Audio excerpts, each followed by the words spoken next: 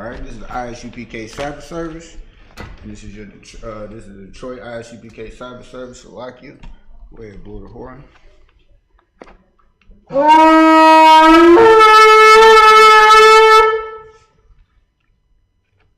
Alright, we're gonna call up our first priest. Nobody's coming up. So like you.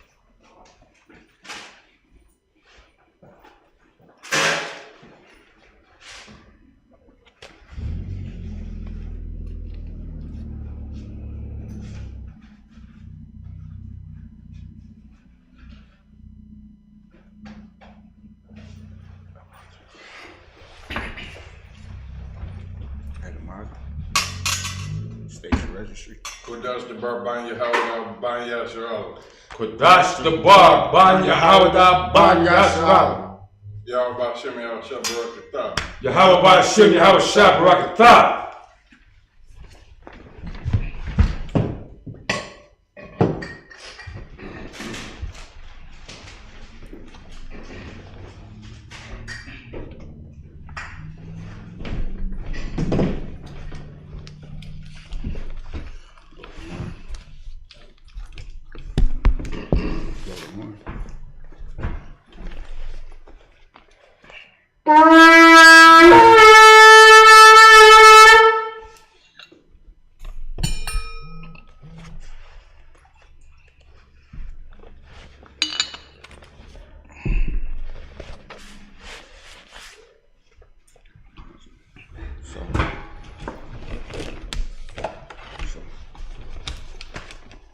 La Yashal.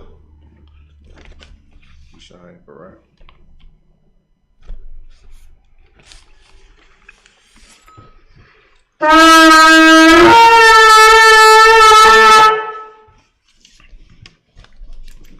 Pick up the scroll.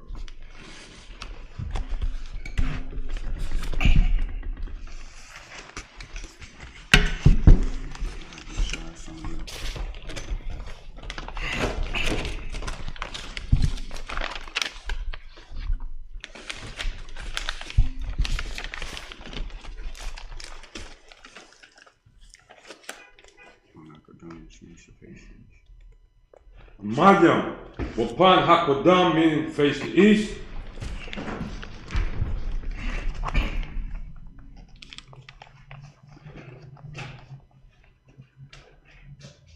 This is the Lord's Prayer in the Hebrew.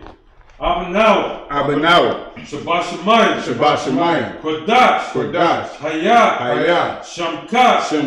Yahawah. Malak. Taba'ah. Ratazaka. Hayah. Aisha. Baratazar. Kawak. Hayah. Bashamayim. Nathanawa. Lacham. Ka. Yawam. Wasalak now. Kabawaf now. Kasalak now. Kabawafya now. Wala'ah. Tabai now. Banasayawan. Abal. Hawashai now. Mayan. Ra. Kaya. Laka. Hamalakwa. Waha'al. Wahata ha'araf. La'awalam yam. Amen. This is the Lord's Prayer in the English. Our Father, which art in heaven, hallowed be thy name. Yahawah, thy kingdom come. Thy will be done. In earth, as it is in heaven. Give us our day. Give us this day. Give us this day our daily bread, and forgive us our debts, as we forgive our debtors. And lead us not into temptation, but deliver us from evil. For thine is the kingdom, and the power, and the glory, forever. So be it. Hakach, the power in the Hebrew. Yahawah Bahasham Yahawashi. Yahawah Bahasham Yahawashi. Babakusha. Lathan. Hakach. La Rapa'ah. Karamakala. Karamalawa. Hakach. Latahar. Hamatazarium. Hakach. La Hakwayam. Hamatayam. Hakach. Al-Rakawat. Hathama'ala. Lagar-Shun.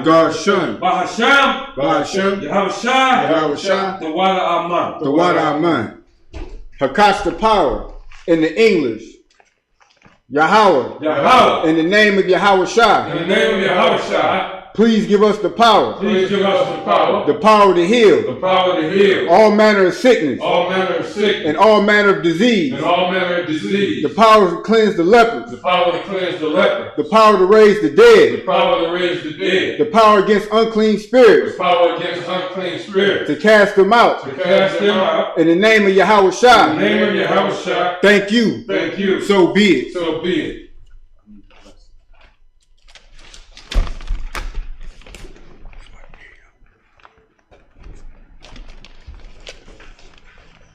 Blessings in the Hebrew.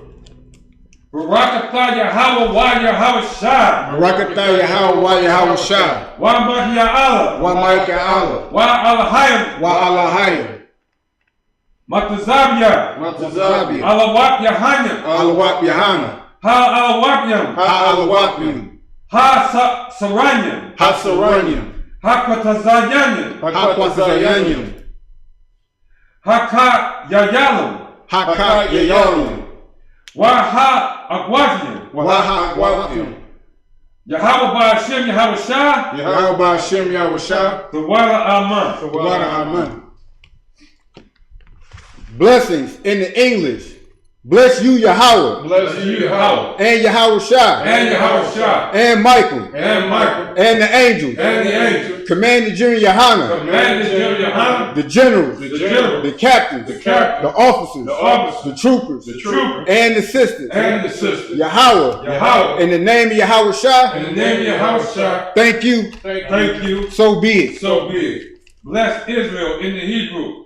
Yahawah Bahasham Yahawashi. Barak Lanaw. Wa Yasharala. Wahabayath. Sapayam. Barak. Rapa'ah. Magan. Hagan. Command the GEN.YAHANNA. The generals. The captains. The officers. The students. Salaki, the troopers. The students. The sisters. The children. And all of Yasharala. Bahasham Yahawashi. The water Aman.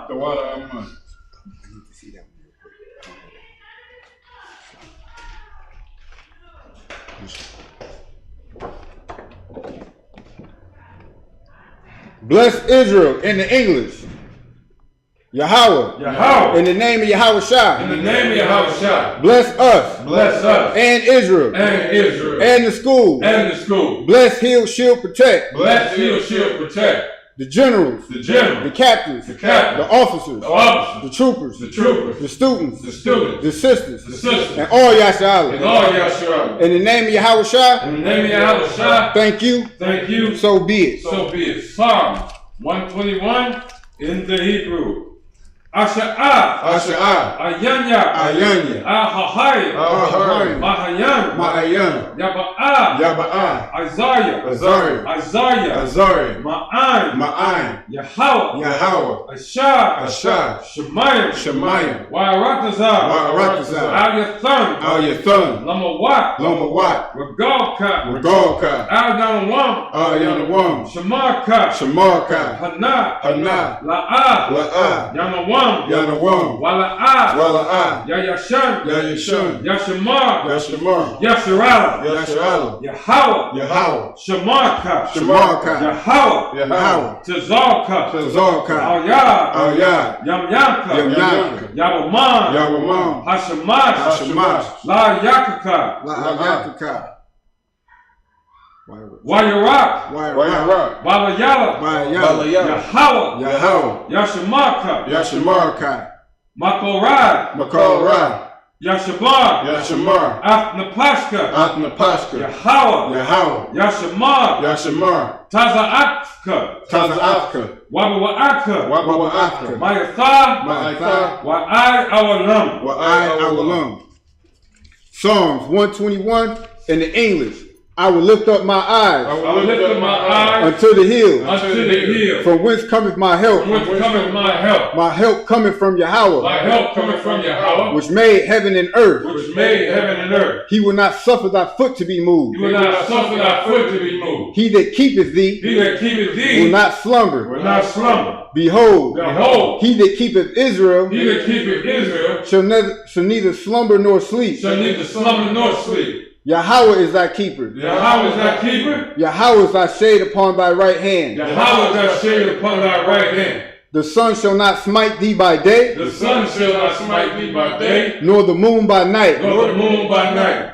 Yahawah shall preserve thee. Yahweh shall preserve thee. He shall preserve thy soul. Salakia. Yahawah shall preserve thee from all evil. Yahweh shall preserve thee from all evil. He shall preserve thy soul. He shall preserve thy soul. Yahawah shall preserve thy going out Yahweh shall preserve thy going out and thy coming in, and thy coming in, from this time forth from this time forth and even forevermore. and even forevermore. Psalm 83 in the Hebrew. Al-Ahayim, Al-Ahayim, Al-Damayalaka, Al-Damayalaka, Al-Takarash, Al-Takarash, Al-Tashakwat, Al-Tashakwat, Al-Kayahana, Kayahana, Awayabila, Awayabika, Yahamayawan, Yahamayawan, Ra'ash, Ra'ash, Al-Anyaka, Al-Anyaka, Ya'ara Yamwa, Ya'imrim Yimwa, Sawadah, Sawadah, Wayatha, Wayatha, Ya'atazawa, Ya'atazawa, Al-Tazapawanyaka, Al-Tazapawanyaka, Amarawa, Amaria, Lakawa, Lakawa, Wanakakinam, Wanakankidam, Magawa, Magalia, Wala'a, Wala'a, Yazikar, Yazakar, Shalam, Salakia, Sham Yasharah, Sham Yashal, Awadah, Awadah, Kaya, Kaya, Nawa Atazawa, Nawa Atazawa, Laba, Laba, Lakadwa, Yakadwa, Al Yakar, Ayaka,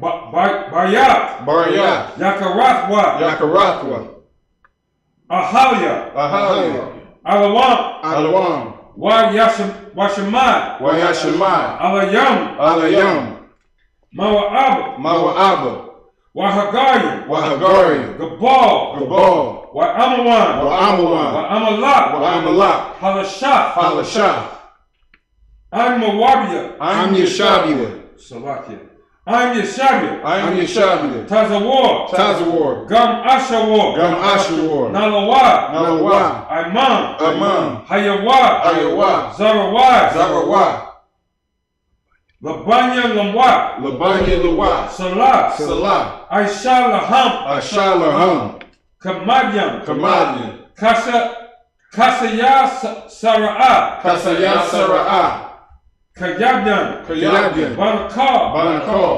Koyashwan, Koyashwan, Nasham Salakia, Nashamadwa, Nashamadwa, Bayayanda Ra, Bayandara'a, Hayawa, Hayawa, Damam, Daman, La Adama, La Adama, Shayatamwa, Shayatamwa, Nada Salakia, Nada Yamawa, Nadiyamawa, Ka'ara, Ka'ara, Wakatazaba, Wakazaba,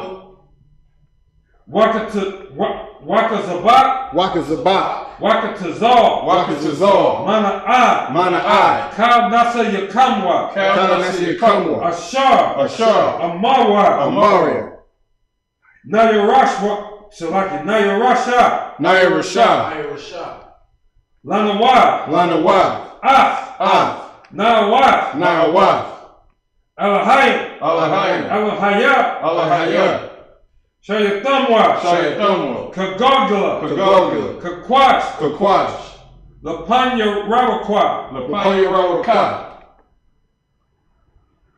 Kaash, Kaash, Dabaira, Tapaira, Yaira, Wakalahaba, Wakalahaba, Dalahat, Talahat, Harayam, Kantaradakma, Kantaradakma, Kasa Araka, Basa Irika, Wabasa, Wapaka, Wabasa Wapaska,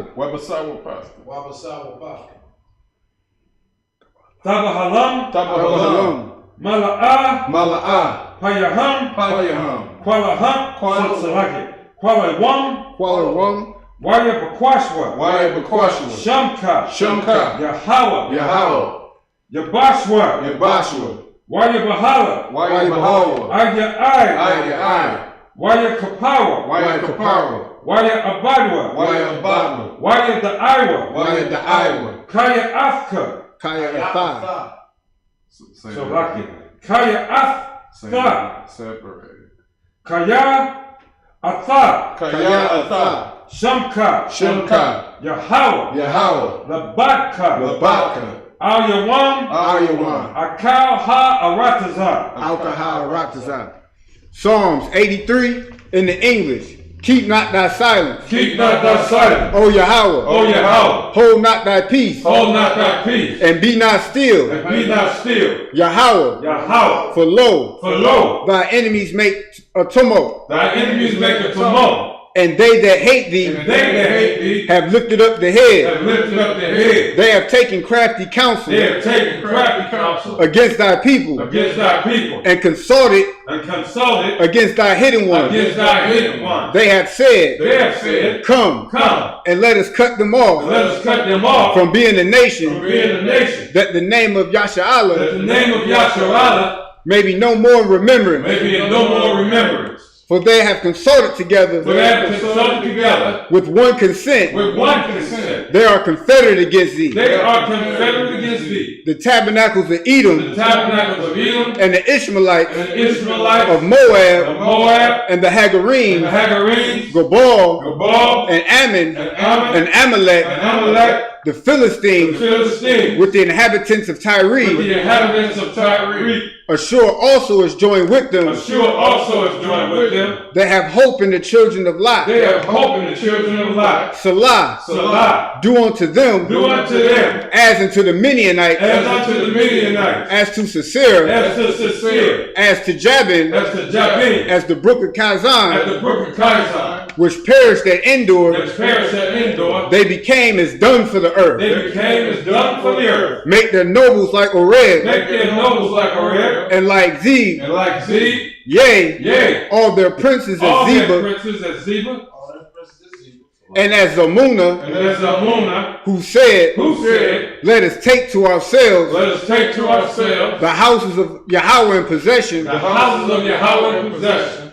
O Yahweh, O Yahweh, make them like a wheel, make them like a wheel, as the stubble before the wind, as a stubble before the wind, as the fire burneth the wood, as the fire burneth the wood, and as the flame setteth the mountains on and fire. as the flame setteth the mountains on fire. So persecute them So persecute them with thy tempest, with thy tempest, and make them afraid and make them afraid with thy with storm. thy storm, Fill their faces with shame, fill their faces with shame, that they may seek thy that name. they may seek thy name. O Yahweh, O Yahweh, let them be confounded let them be confounded and troubled and troubled forever. forever. Yea, Yea, let them be put to shame let them be put to shame and perish, and perish, that men may know that men may know that thou, that thou, whose name alone whose name alone is Yahweh, is Yahweh, are the most high are the Most High over all the earth. over all the earth.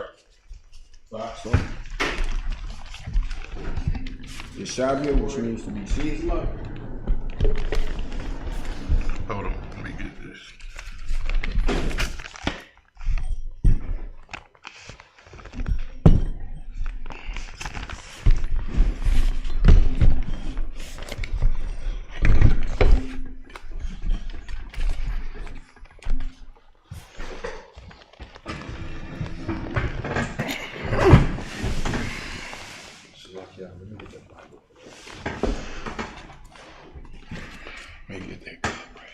One of them cups. Get it away.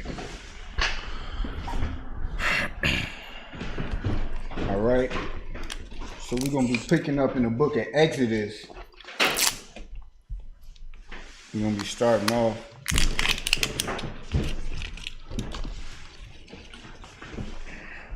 in the 14th chapter.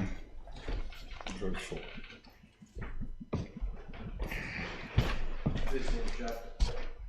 15th chapter. Come. So like the 15th chapter.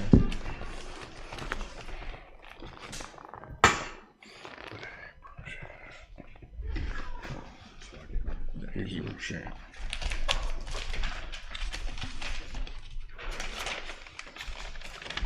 And we're going to get it in the Hebrew first, as always, and then we're going to get it in the English and give you the sense. You said where we started? 4.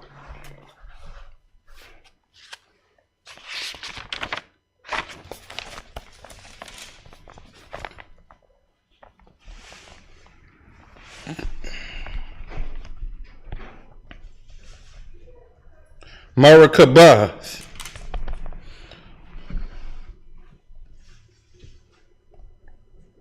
Parai.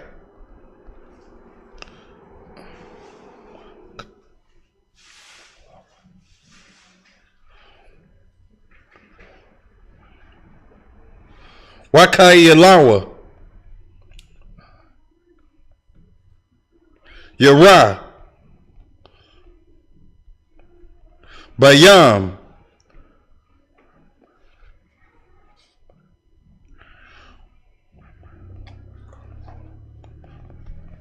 Wama Bakar.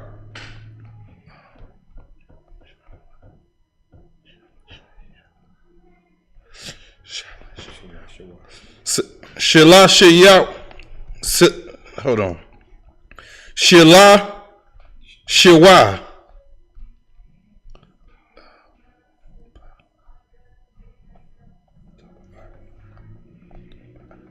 Taba'awa. Bayam. No, I got it. Bayam. Sawap.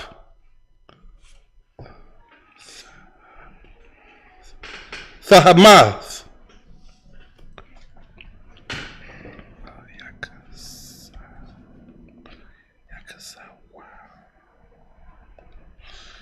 Yakasawama.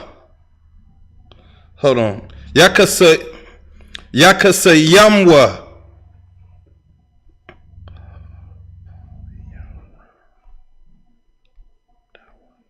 Yaradawa.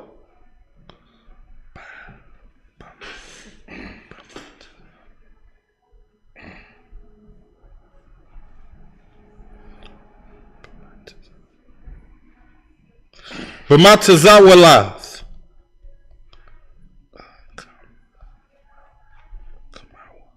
Kamawa. Aban.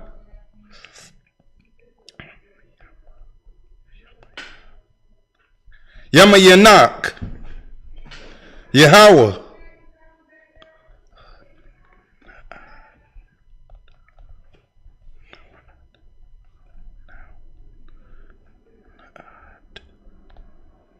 Naadra. Bakak.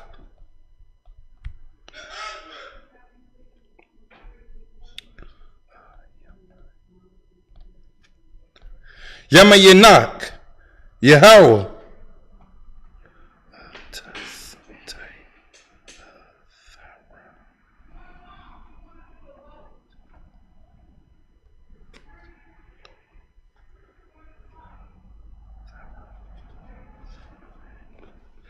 Dara'aitaza Awayab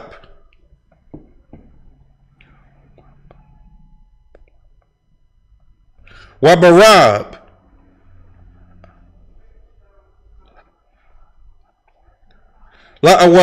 La'awanak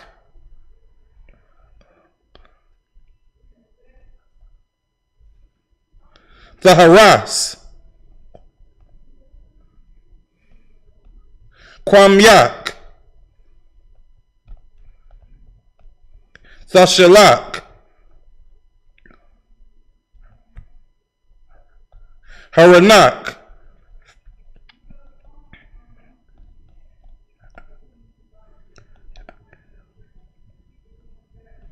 Ya'akalmawa, Kukwash. Verse 8.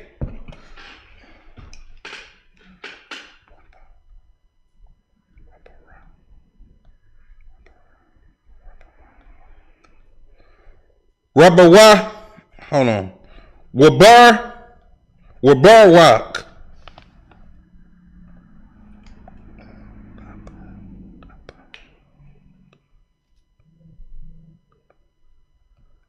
Apayak.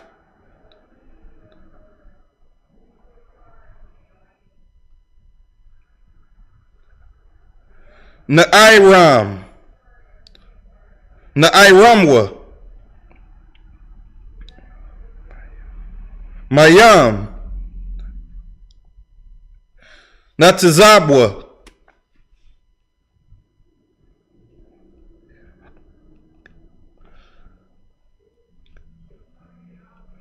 Kamwa. Nada. Nazalayam.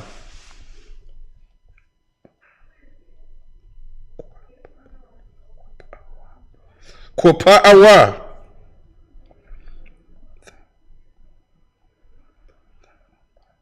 Thahamath. Balab. Yam. Verse 9. Amar. Awayab. Aradap.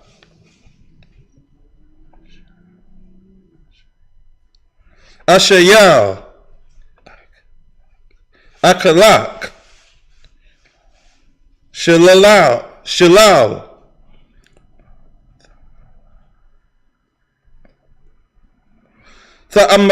Tha'ala. Hold on. Thamalamwa.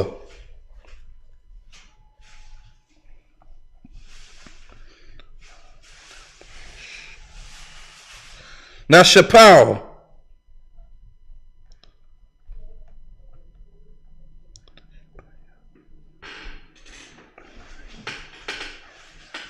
Arayak.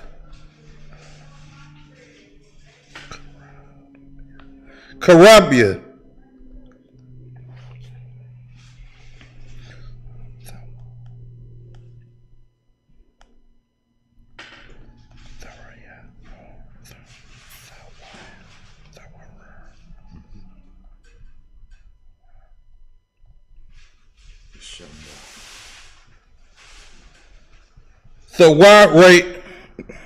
The Raya Shamwa.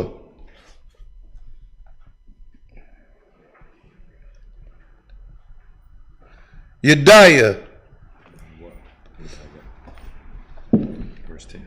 Verse 10.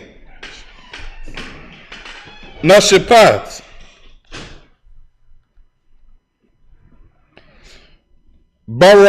Barawaka.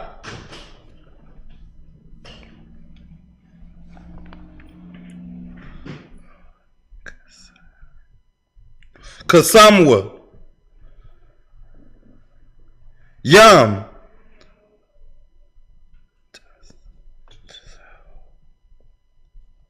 Tazal Lawa.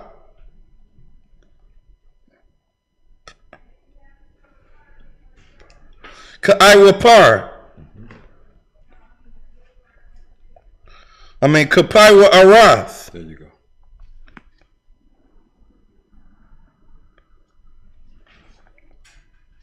Kaiwa Parath. All right.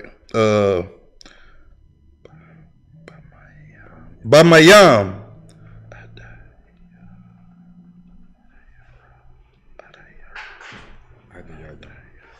Adayaryam. That's 7. Up to verse 11. Get that brother a hand. Good job. Let's get back to Exodus 15 and 4. Let's get it in the English. Exodus 15, starting at verse 4 in the English. Pharaoh's chariots and his army he has cast into the sea. One more time. Pharaoh's chariots and his army he has cast into the sea. Now you got to remember, the previous chapter, it was discussing that whole event where Pharaoh's heart was hardened. And after letting them go, after pretty much the Most High dealt with him plague after plague, he let the children of Israel go. But that wasn't enough. His heart was hardened, so he pursued them into the sea. So this is kind of like the aftermath. This is kind of like what on the other side of the sea, what the thought process is and how it went down. Semi-poetic, but if you look at verse 3, you got to understand that the God that we're dealing with, it clearly says Yahweh is a man of war. The Lord is a man of war. And Yahweh is his name. So we got to take it from that mindset and not look at it like, oh, it's just something that happened in the future. This doesn't pertain to his characteristics now. No, this is how the Most High deals with our enemies and deals with us. But keep going. Come. Verse 5. No, Salakia. His chosen. His chosen captains are drowned in the Red Sea. And that's heavy right there, because remember, he took his chosen captains, his best horses, his best chariots. He took his best, his elite, to go pursue Israel. Right. And keep going. Come. Verse 5. The depths have covered them. They sank to the bottom like a stone. And just like that, the depths of the water has covered them, and they sank, they drowned like a stone. Just like an inanimate object. Like, that's the power of the Most High. And you got to look at it that this is a power that you shouldn't really play with at all. You shouldn't play with it at all, because you test it, you poke it, and he's going to treat you like a stone and just cast you in the sea and just cover you, drown you. Keep going. Verse 6. Your right hand, O Yahweh, has become glorious in power. Go ahead. Your right hand, O Yahweh, has dashed the enemy in pieces. If I could. Here's one of the things we have to remember. And this is what, in writing this, is being put forth. Israel lifted not one weapon. They didn't draw a bow. They didn't pull a sword. Nothing. Nothing. They followed the instructions of Moses, who got his instructions from Yahweh. They packed their bags, put that unleavened dough, wrapped it up, and got on the road. They got out of there. Right. Why is that important? That's important because guess what? You got everybody in the earth trying to tell you something, when the only priests and prophets of the Most High, the only home of the truth under Commander General Yohanan, is giving you the word of God straightforward, unadulterated, uncut. We just telling you what the Most High say. You must come out of her. This is what Israel did. Israel walked out of there following Moses. And you see what happened when Egypt tried to pursue an obedient Israel. An obedient Israel is protected by the Most High. That tells us today, if we would just obey, right, we could put an end, not us, but the Most High will put an end to this nonsense called America. Go ahead, priest. That's heavy that the brother was saying that, because a lot of the times we are distracted about what's going on around us. And you see how Israel was focused when the water was on both sides and you got enemy behind us. They didn't focus on the enemy. Like, they had it. They were given instructions. They followed those instructions, and that's what saved their lives. That's what gave them that victory, that obedience in the instructions that the Most High gave. Because if they decided to stay, guess what would have happened? You know, if they decided to turn around, they would have ran right into the army that Pharaoh had set against them. That's right. But they obeyed and they had faith that, we're going to trust this power. Verse 7. Verse 7. And in the greatness of your excellence, you have overthrown those who rose against you. Simple as that.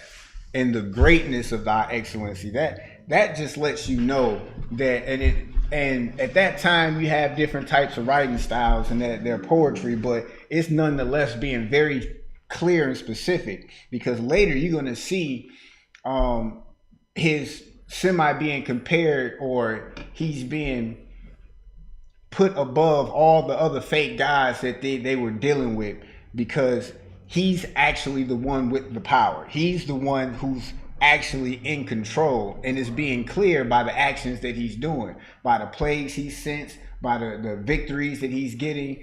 And like the priest was just bringing out, we didn't lift a fort, we didn't lift a sword, we didn't do any of that. We got what we told to get, and we left, and we had faith in him, and he's our power. So all of that goes to him. All of that glory goes to him. Keep going. If I could, real quick. Also, we some sensitive people today. Israel has always been sensitive. We took everything personal. If you read this, it say, boom, boom, boom, boom, boom. In the greatness of your excellence, you have overthrown those who rose against you. Let me explain something. If you are obedient, Yasharala, Israel, so-called black man, black woman, though your oppressor is no longer coming against you as an individual, as a family, as a people. You see that? When you are obedient to the Most High, when your oppressor thinks he's coming against you, he's really coming against the Most High. Right. He's not coming against you. Right. Because you're protected behind them. The Most High hides you behind himself. Even though the oppressor think he see you, he's not coming against you. He's not coming against you. He coming against the Most High over all the earth. And that's heavy, because that's a vain battle right there. You can just take yourself out the way. When you know you're doing the work of the Lord, you can take yourself out the way mentally and be like, hey, they not trying to kill me. They trying to fight my power. And guess what? He's not going to lose at all. He's not taking any L's. You're going to take it. Keep going. Verse 8. Come. Oh, Flockie, finish up. 7. Yep. You have overthrown those who rose against you. You sent forth your wrath. It consumed them like stubble. That's heavy, because you got to remember, this is a God that's not all love as what the Christian church constantly tries to push. They want to keep leaving out when God corrects and chastises, and after correction after correction, battle after battle, that shows the characteristics of the Most High. That shows how he actually operates in this earth, and how he's going to continue to operate in this earth. Keep going. Damn right. Verse 8, and with the blast of your nostrils, the waters was gathered together. You see that? It's like just a blast of your nostrils. Like, that's a light thing. And look at what effects it had on our platform and our environment. All he did was breathe almost. Just let out some air, some whatever you want to call it. And the waters were gathered together. That's what he did for Israel. Keep going. The floods stood upright like a heap. And remember, in 14, it described like it was a wall of water on each side. So when that wind came through, and I believe it was the eastward wind came through, it separated the waters. The water stood up like a wall, upright on each side. Keep going. The depth congealed in the heart of the sea. If I could. Come on. When it's talking about congealing, so you can get an idea of what it looks like. If you ever made Jello, it starts off with a powder. You put the cold water in it, you stir it, you put it in the refrigerator, you take it out, and then it's what? It's like jelly. Right. That's called congealing. That's turning a flowing liquid, into a semi-solid that's jiggling. That's what he means when he say congealed. I just wanted to make sure we understand that. Most High in Christ, the water for that. Go ahead on verse 9. If I could, that means when Israel passed through and they seen this water, I don't know how tall, got to be hundreds of feet. But that was like walking through a bunch of jello.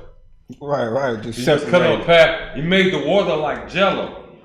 But if you notice with jello, if you let it sit out and warm up too long, what happens? The jello melts, right? Watch what happens. Come on. Verse 9.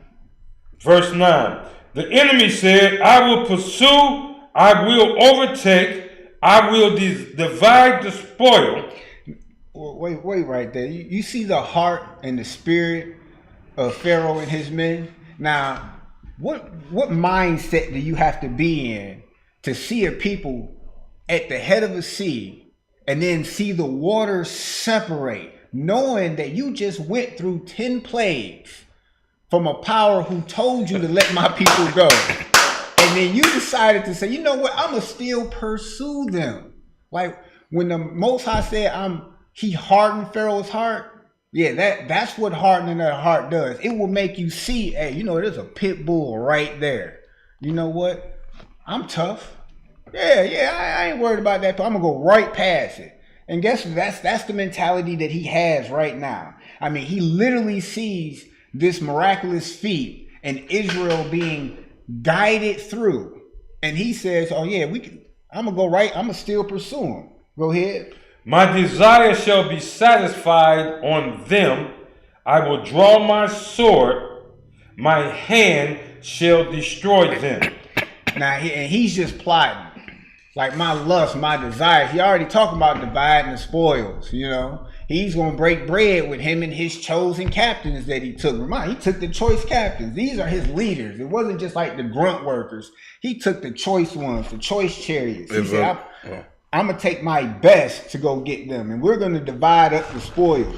If I may, like, when I was hearing y'all break this down, I'm thinking about an action movie where the dude is so filled with lust, like these drug movies. They so filled with lust that even though these guys ain't never been through, like a lot of drug dealers or major drug dealers go through a lust that he got right now, where you chasing somebody with a bag of cocaine and you hopping over fences with pit bulls.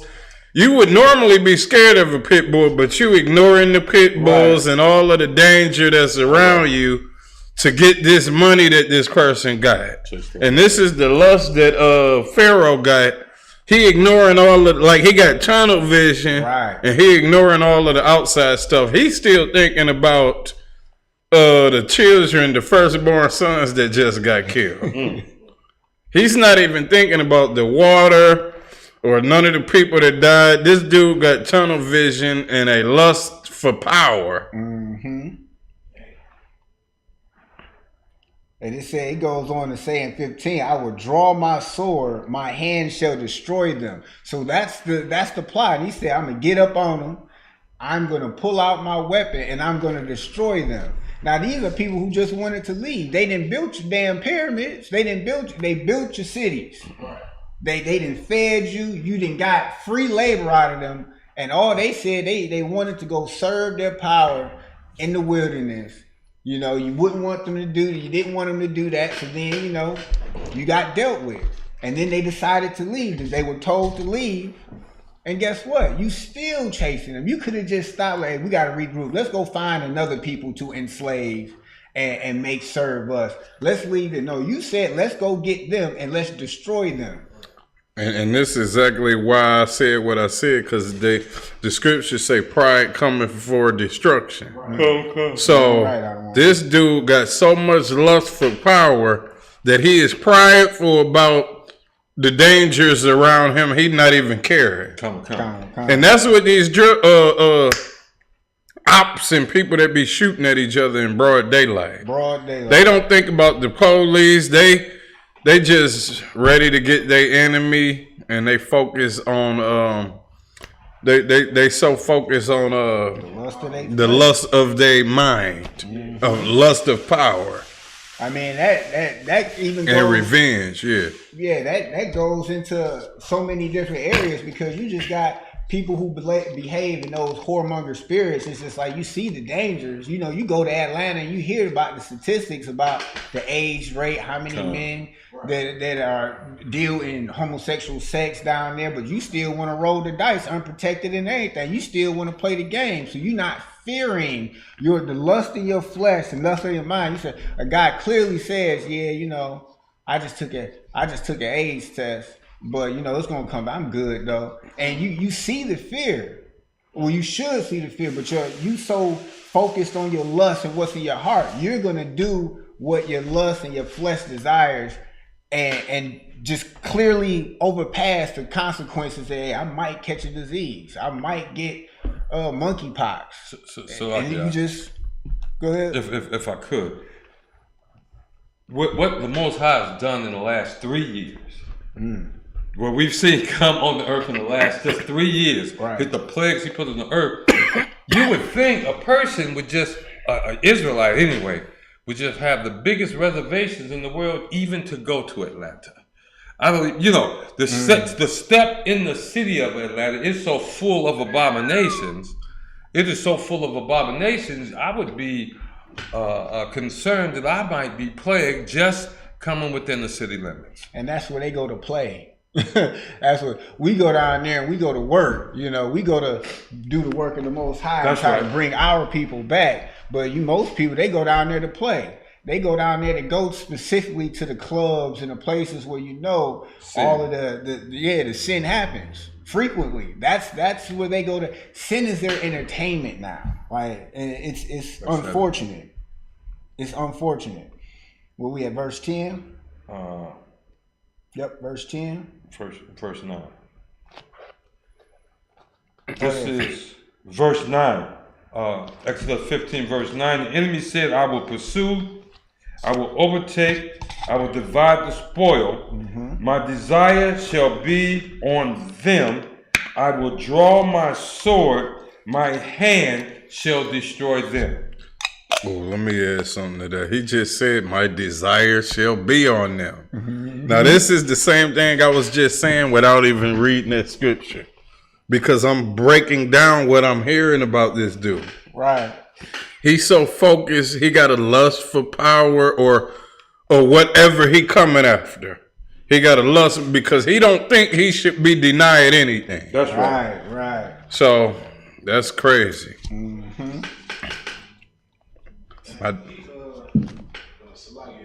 like one of them people that you see in the movie, like one of them plugs be like, yeah, I'll let you go, you can get the bag. Yeah. And as soon as you turn your back, he just shoots you in your head. One car. That's what we dealing with. Verse 10. You blew with your wind.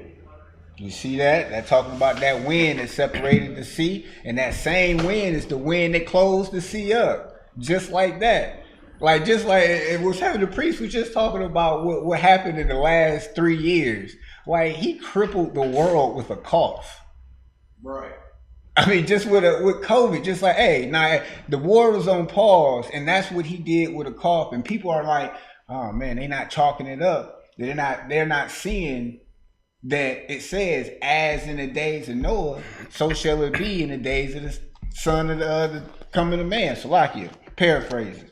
So we got to understand that these things are written for our learning, as the scriptures say. We got to operate. This is how he operates. This is how he pleads with us. And he pleads with people. He pleads by the sword. And he'll let you know, hey, this is the wrong way. You keep coming this way, I'm going to knock your head off. And here goes something extra that I see. The Most High always does, well, he does sometimes what they do exactly to us, right? So the way he operating now is with the short-term memory of them, just like they operating on our short-term memory. They shoot us, throw a couple gifts at us or a holiday or something, we forget about it. Right. Then they get on another wave of killing. It's called a bite strategy in some of these war books, where they take a few bites, you ain't really paying attention. Then they take a few more bites. Before you know it, they done consumed you. So what America been doing is shooting at us for a wave of time. Stop doing it. Throw some politician in. Shoot at us again for a wave of time. And this is why slaves didn't even know they were slaves. Because over a long period of time, they seen a few good things. And all they do is hope. Well, the Most High been throwing a plague here. You forget about the COVID-19, then throw monkeypox in. After a while, you forget about it. You don't hear about monkeypox. Throw AIDS in. Before you know it, you is a disease-filled white man on the corner begging us for change. Damn right. Damn right. What is that? That is crazy, man. Ecclesiastes 8 and 11. And that reminds me of this, where it says, because the sentence against an evil work is not executed speedily, therefore the heart of the sons of men is fully set in them to do evil. So it's just like, because you didn't get caught that first time you did whatever you did, because you smoked that crack rock that first time and nothing happened, you stole the first time, you're like, man, you know what? I can keep doing it. Now your heart is set. Like, you know what? It's easy for me to do. I can keep going down this path and nothing will happen because no punishment has happened. But you got to understand that the Lord is a man of war. And when he deals with you, it's going to be swift and speedily, very speedily. And he's not going to play. We got to make sure we understand that. This is how he gets down. Keep going on verse 10. Verse 10. You blew with your wind. The sea covered them. You see that? That Easter wind that opened up the sea is the same wind that closed the sea. Just like that. That's effortless for him. He didn't get off his throne doing that. That's his power. Keep going. They sank like lead in the mighty waters. Just like weight. Nothing. Before they counted it as a stone before. Lead, stone, that's all they were. They were a paperweight in the water compared to what the power of the Most High was doing. They were nothing. Are we doing Call the next person. All right, we're going to call up the next preacher.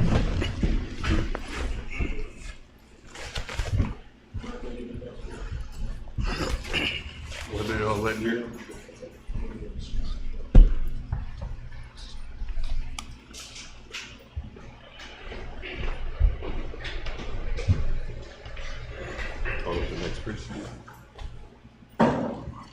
Next priest, state your name and registry. Yahawah Bahasham Yahawashi. Barak Yahawah Bahasham Yahawashi. Start over, slow it down. Barak Yahawah. Barak Yahawah. Barak Yahawah. Ban Yahshua. Barak Ban Yahawah. Ban Yahshua. Salute. Yahweh Shem Yahshua. Yahweh Shem Yahshua.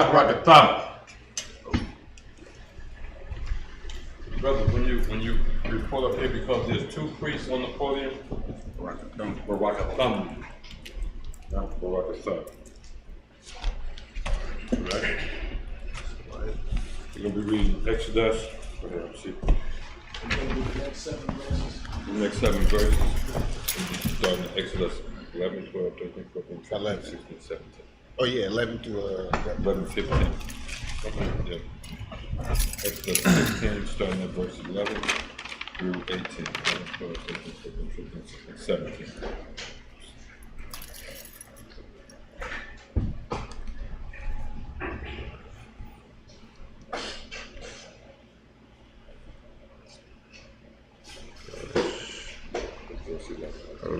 Start you.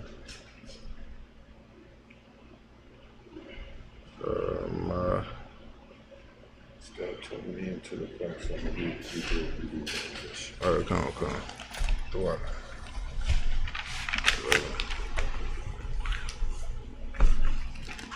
This is Exodus 15, starting at verse 11. Maya, Kumka, Baalam, Yahawah, Mayakam, Ka, Nadar, Bakwadash, Nabarah, Zahalath, Asha, Pala'ah, verse 12.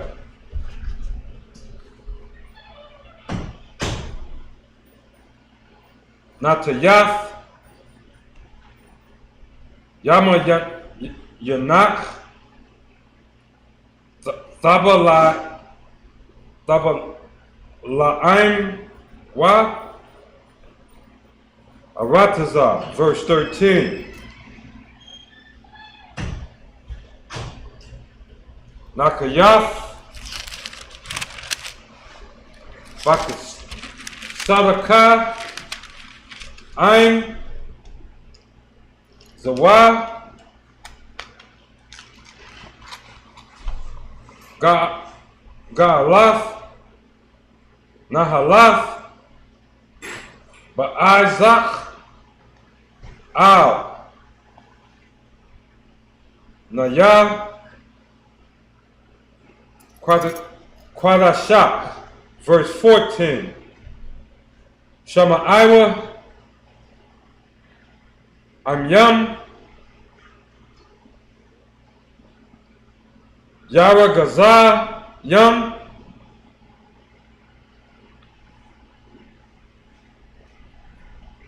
Kala Ya Akza, Yeshabya, Parashat, verse 15. Aza, Naba Al Ya, Awa, Salakia, Ala Wabya,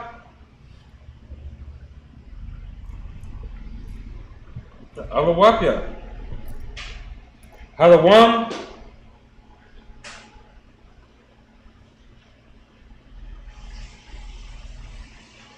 Laya, Mawa Abba, Ya'a, Kazamya, Kazamwa, Ra'ai, Namagaya, Salakia, Namagawa, Ka, Yeshabya, Kana Aina, verse 16, Thapal, Ila, Yaham, Aya Masa, Wapakad, Bagadal, Zara, Wayaka, Yadamawa, Ka'abana,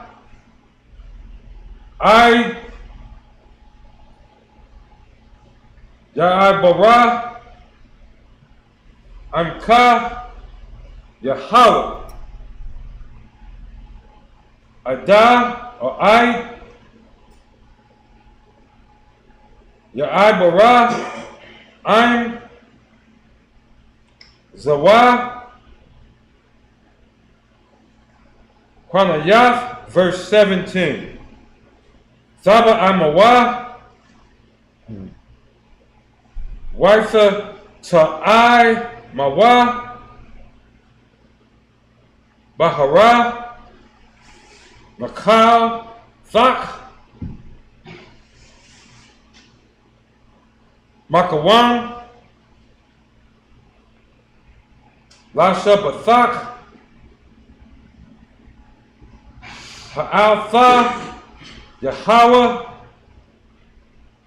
Makodash, Adan, I don't know why. Kawa Nanya, Salaki. Kaya Nanya Wa. Yada Yak. And that's 7 verses of it. I'm trying to get that brother in here. All right, let's go ahead and get it in the English. We're going to start at Exodus chapter 15 and start at verse 11.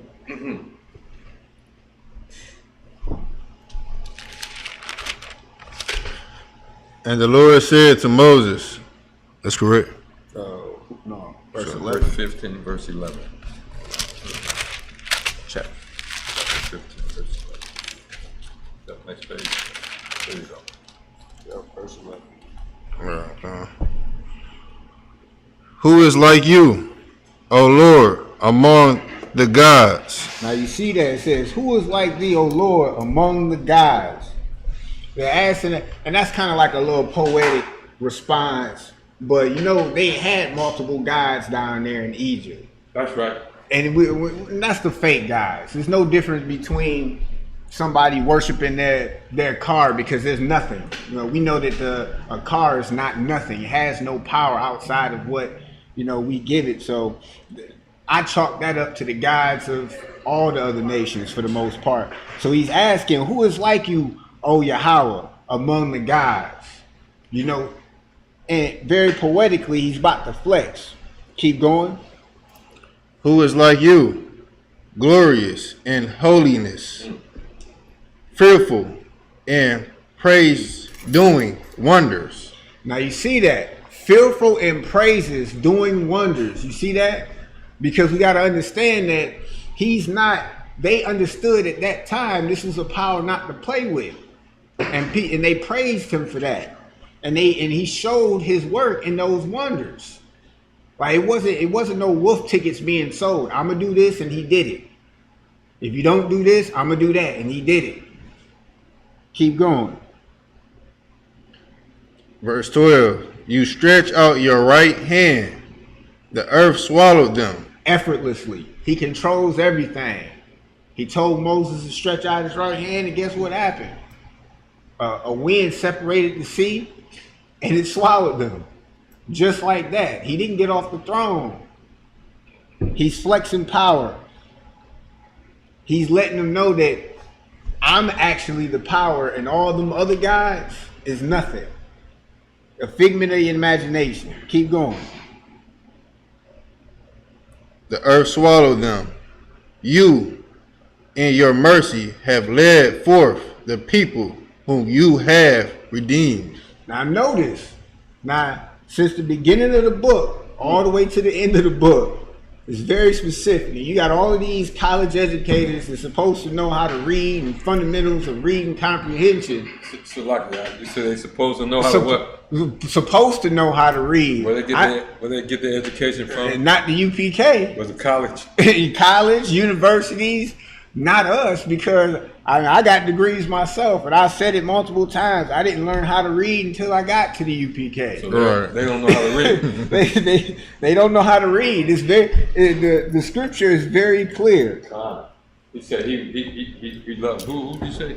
He redeemed who he redeemed? His people, the people which thou hast redeemed. Now notice, he redeemed the children of Israel because we were the one in captivity that he brought out. Clear as day. So then when you get to the New Testament, it's the same thing. The same thing, the same people, no different people.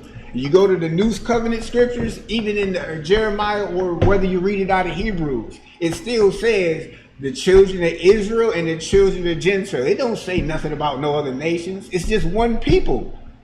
The same people. Keep going. You have redeemed. You have guided them in your strength to your holy habitation. Now you see that. He led them out. And it was with his strength. And he guided them with that pillar of fire. At night, he guided them through the Red Sea. Can you know what was at? Do you understand what was at work? He split the Red Sea and they walked on dry ground. You see that? You would think that it's mud down there, that they'd get stuck. I mean, it's underwater and it's just separated. Got to be muddy. The Lord performed miracles for one group of people. And he did it showing other nations the power that he had and that they were nothing. That's that reputation that's being talked about. That fearful reputation. That's right. Keep going. The people will hear and be afraid. Sorrow will take hold of the habitations of the Palestine. Now you see that the people were here. These are the stories. This is why this book exists. And they, even outside of this book, them other cultures, they know, because it's in their history what our God did to them. They hear and they were afraid. Sorrow shall take hold on the inhabitants. So they see what happened to Egypt. And like it was broken down last week, Egypt was a superpower. These superpower running the earth. And you see how people them black still worshiping Egypt now. Talking about Egypt, this Egyptology, and it was a superpower, and God crippled them with a wind. You see that with plagues, just like he's doing with America today. Salaki, if I could add, that's so powerful what you're saying. The scripture said they became sad. Right. Look, after the sea closed back up, Egypt was sad. They were sad. And what you don't get is that everything he did to Egypt, he's going to do to Egypt today. What he's done before, he's going to do it again. He's going to do it again. So you need not worry, Yasharah. And the scripture said this is spiritual Sodom and Egypt.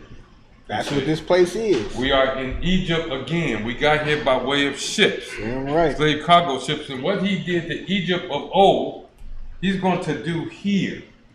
Right now, I know you look and your oppressor seem happy at every turn. He run Fox News, MNBC, CNN. He got Disney World. He got Cedar Point.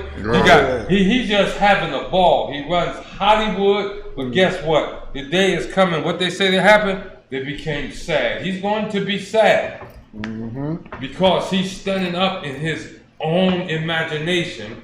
And he just does not believe that our power, that Yahweh is a man of war. Man, I'm looking at the parallels back and forth. And they're talking about the choice chariots that was called against it. And it's just like, what do you think the Space Force is? It's the same, like, they're still trying to fight against a power that they know their arms too short to box with our God. I don't even know what they're doing. But they got a Space Force because they want to contend with our power. And it's the same, that's the hardening that Pharaoh had, because he's going to take his choice captains. He took his choice captains, the best chariots, and he pursued God's people, and with the wind was destroyed, just like that. And it's the same thing is going to happen. You know, you got the nations of the earth preparing to fight against us. And because we're doing the work of the Most High, they're fighting against our power. And like I said before, he's taking no L's. That's right. Keep going. If I could, real quick, like the brother just pointed out, and you got to get this, Israel. You got to get this. It's shaping up the same way it's shaped up in ancient Israel. Same way. You see what? Joe Biden throw you a little bit of this, and they pull it back. Donald Trump threw you a little bit of this, and then they pull it back. It goes back to Obama, Ronald Reagan. That's the way America does it. They give you a little bit, and then they pull it back to make your plight even worse, even harder. And why? If you want to stop this, all you got to do is turn to the Most High. Right. Look at here. Come out them Christian churches and come into the Sabbath service at the ISUPK. Right. Whatever. All you got to do. This is how you can find the ISUPK. Put it in the internet. ISUPK. Your city. Your state. It doesn't matter. Guess what? We're going to show up. Commanding General Yohanna has held his sword, has carried his sword, has not put down his sword, and all he said we needed to do. And guess what I found out? He's right. Obey the law, statute, commandments. Damn right. Turn away from this nonsense we've been chasing at, trying to be like Mike, trying to be like our oppressor. Right. We envy our oppressor, and so we gotta have Chanel, we gotta have Coach, we gotta have Lagerfeld, and I'm just throwing names out there. I may be way outdated, I don't know, right? But we gotta have all this stuff that our oppressor has, that we think is valuable, that we think means something. And guess what? Right now, if they close the grocery stores, you couldn't feed your family. Good. But if you obey these laws, statute, commandments of the Most High, if you listen to Commandant General Yahanna, you listen to these priests and prophets, the first thing you would do is turn back to these laws, statute, and commandments. And guess what? You would start growing your own food. You wouldn't worry about no gas station. You wouldn't worry about no grocery store. You wouldn't worry about the liquor store, because by obeying the law, statute, commandments, you see what the Most High did to Egypt. He's going to make it to where you can have everything you want. If you think what you think he did to Egypt is bad, watch these United States. Go ahead, priest. Sacrifice off 15. 15. Okay. Then the chiefs of Edom will be dismayed. The mighty men of Moab, trembling, will take hold of them. You see that now? See, they talking about the chief of Edom, the dukes of Edom shall be amazed. So these are another culture that stood by and watched this to take place. And the mighty men of Moab. So that's another group of people that watched this take place. And they said, what? Keep going? All the inhabitants. Go back at Trembling. If I could, real quick. We want to slow down a little bit and grab this definition. The definition of dismayed. If I talk to the average brother on the corner and say they're going to be dismayed, guess what? He don't know what I'm talking about. He don't know what dismayed means. So that's why we taught, the brothers over us taught us to do what? Look it up. Damn right. Dismay. And this is from the Oxford Languages Dictionary. Dismay, past tense is dismayed. Past participle, dismayed, meaning in its perfect sense, cause someone to feel consternation and distress. Now we know what distress is. Right. What did it say? The Edomite? What did it say? Who's gonna be dismayed? The dukes of Edom. The dukes of Edom, the rulers of Edom. Yep.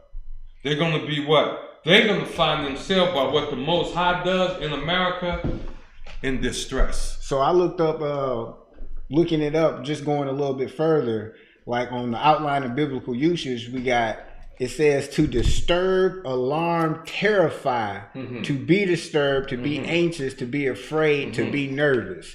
Terrify.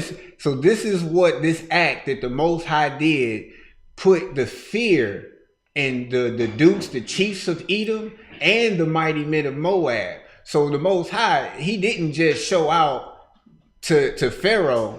Like, it's just like when let's say you get into a fight and you take the biggest one and you knock him out, all his friends is looking like, well, dang, I ain't gonna mess with that brother right there. Look what he just did. So the Most High just stopped a lot of BS in the future. Like, hey, we're not messing with this power of these people, because we seen what he did to them, to the Egyptians. If I could add on to that. Go ahead, yeah. The Egyptians were the world power at that time.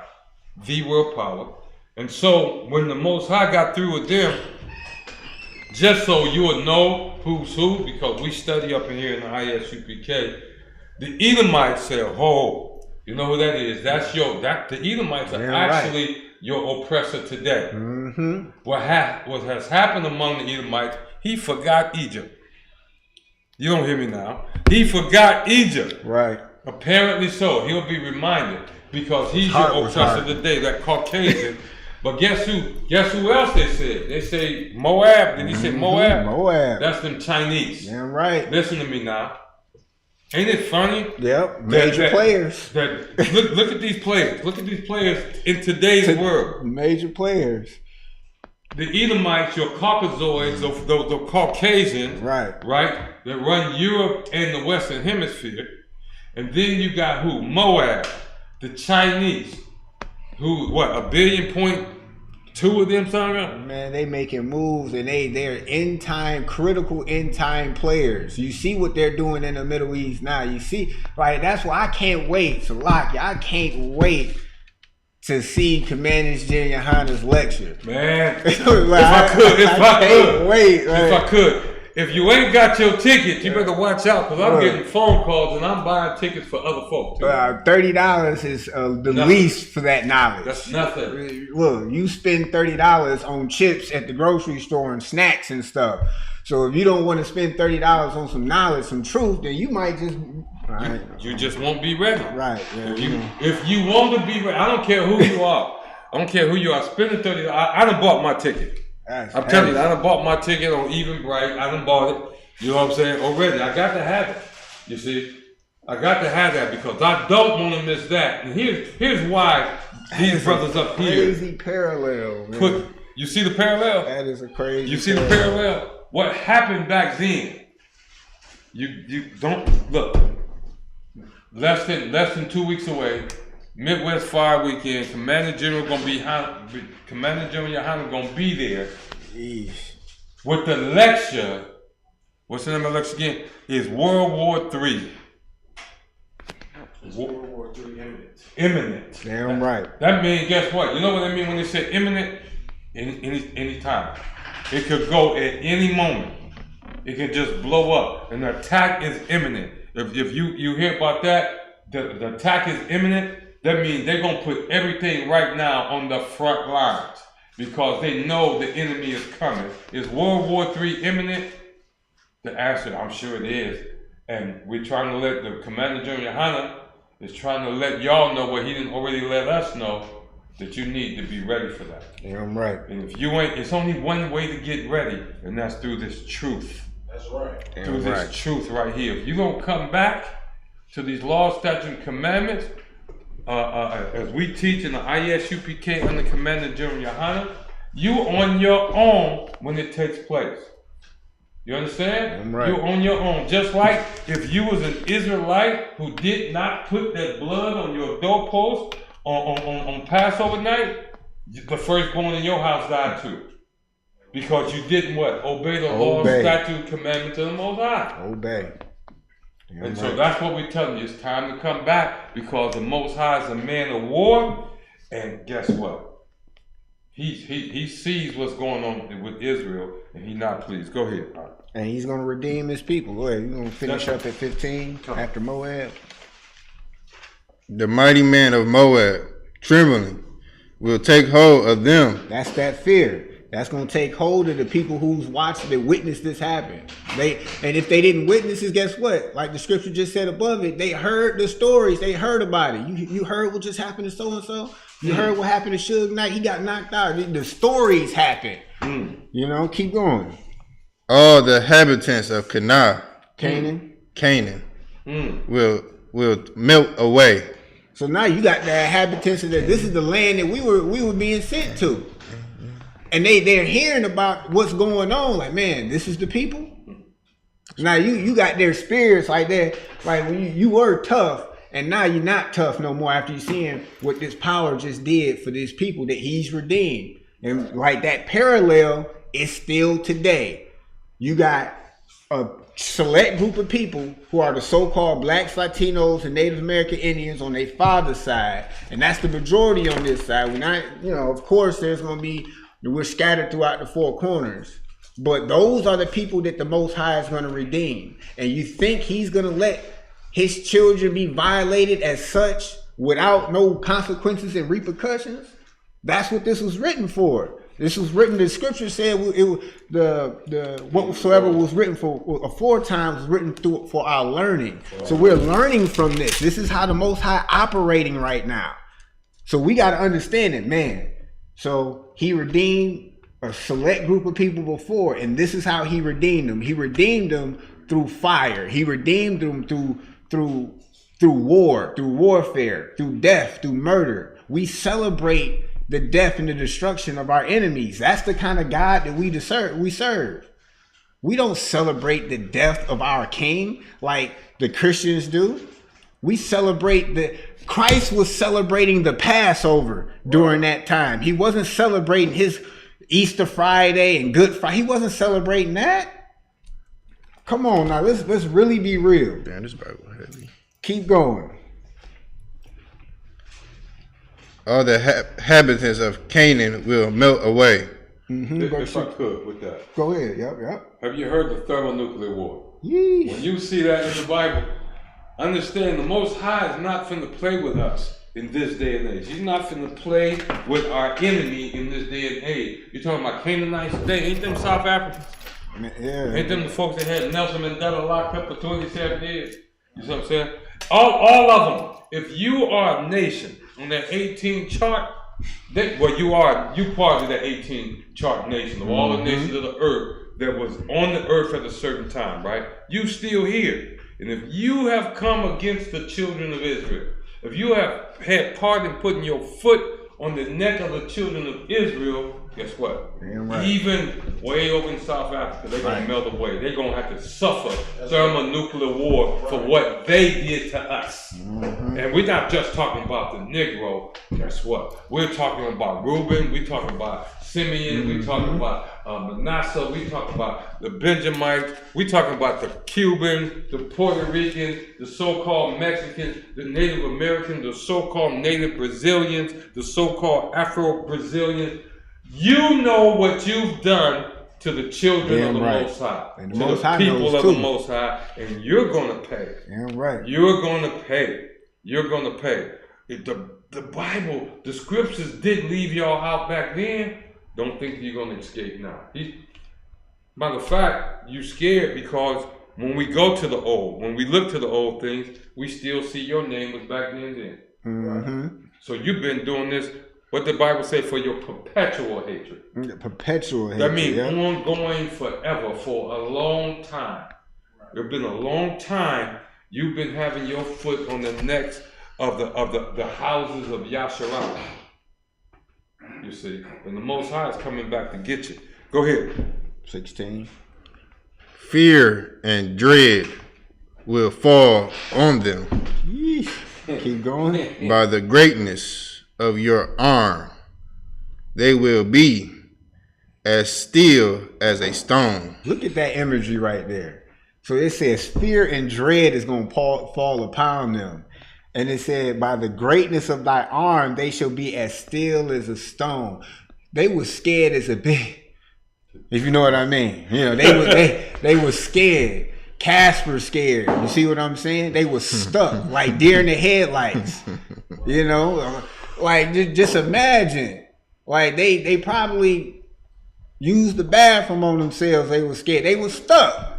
Right. That's how scared they was. So like if I could.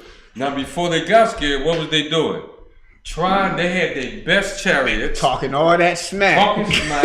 Let's go get them. And they got their best chariots chasing Israel through the Red Sea. Trying to catch up with the Most High's people. The people not attacking them. No.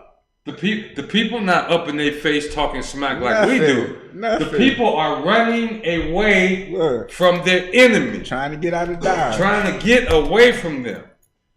And for a brief second, as a people, we obeying the Most High. He said, run, we running. Right. We ain't doing nothing to them. And they got all their pride. They got their best soldiers, their best spear throwers. They got their best archers, their best chariots trying to chase us down. And then the Most High blew again. And guess what? Them walls of water, them jello, that's like jello for Israel to walk through, they start melting again. And millions upon millions of gallons of water started coming back, and they did what? Froze. Like crushed a deer them, destroyed them. Here goes something heavy. Kamikaze. He just said they had their best. America got their best missile. Cattle Best motherfucking ships, yeah. Come on. What it's all gonna get. Just like that. And like the scriptures say, like stubble though. Like stubble. Like it's nothing. It's trash. Well, you can't compete. Like I don't understand what they got. Man, well I do. The scripture clearly says the Most High hardened his heart. So they got a spirit on them that is beyond common sense. It's just like you see what just happened, and yet you still gonna pursue them, just like Edom witnessed it back then, and they're doing that now to us. And it's like the priest said, they must have forgot. Right? You know the thing about the hardening of the heart? The hardening of the heart starts with a gap of time after the first plague happened. The frogs, after that, they was like, all right, we still gonna get it. Right. It gave them more pride. That's just like when AIDS came out. Yeah. For black people. Yeah. They stopped for a minute. They got scared for a little bit. And then after a while, they got their AIDS pills and they kept after. Right, so Salakia, that's heavy that you said that. The AIDS prep, the pills. Now they got prep and stuff like that. That's that pride of man that says, you know what? You know, we got pills now, so we can keep having ride the butt sex and stuff like that, the inordinate sex. And guess what? The Most High said, you know, I'm gonna just send monkeypox. Like if AIDS didn't scare you now, I'm gonna just send something worse. Something happens where they get more pride. Right. That's how their heart ended up. Yeah. Something happened that gives them more pride. Mm-hmm. And the scripture's still true. Pride goeth before the fall. Damn right. So the more pride they get, the more we know the Most High is setting them up for a hell of a fall. Hey, all right, one more parallel, because this is getting me a little bit excited. Because look at this. Now, we were just talking about how he swung, this knockout punch put the fear in other nations that was around Egypt. So the Most High knocked out the superpower, and then you got all of these other nations around the superpower witnessing this, and now they're feared, they're scared. That's what the Most High is going to do. Didn't the scripture say in 1 hour, all the nations, all the powers on the earth is going to be cast down? Strike the shepherd and the sheep. and you see, simple as that. That's what's going to happen. He's going to crack the sky with his chariots, and he's going to lay down these powers, and then everybody's going to say, you know what? We was wrong. We should have left these people alone. They're going to be stuck. They're going to be as still as a stone, in fear and trembling. And then the Most High is going to get his elect, and they're the ones who's going to put this back in order. Right. But it's not going to be us that go with our guns to go fight them. He's going to do that as he did back then. Same way. The same way. He's going to lay them to waste. And we're going to march into where we're supposed to be as back then. We're going to rule as back then. And all the other nations is going to be put in their place. Fear and trembling under our foot. Simple as that. This is why the scriptures say there's not going to be no more talk about Egypt being delivered from Egypt. It's going to be talking about how we got delivered from America, because it's going to be so amazing that how did y'all get away from drunks? How did y'all get away from airplanes and tanks and bombs and nuclear warheads? How did you escape from captivity from them with no weapons to beat them? Nothing. Like, you didn't have it. And then that's just gonna be the main talk. The same way that we went when we passed through that sea. It was the Most High that did that for us. Right. You know, we didn't do nothing. We just obeyed. So y'all not listening, and we saying the same thing. It's been saying since the beginning. Obey, obey, obey. But you will listen to every Count Crackler on the corner.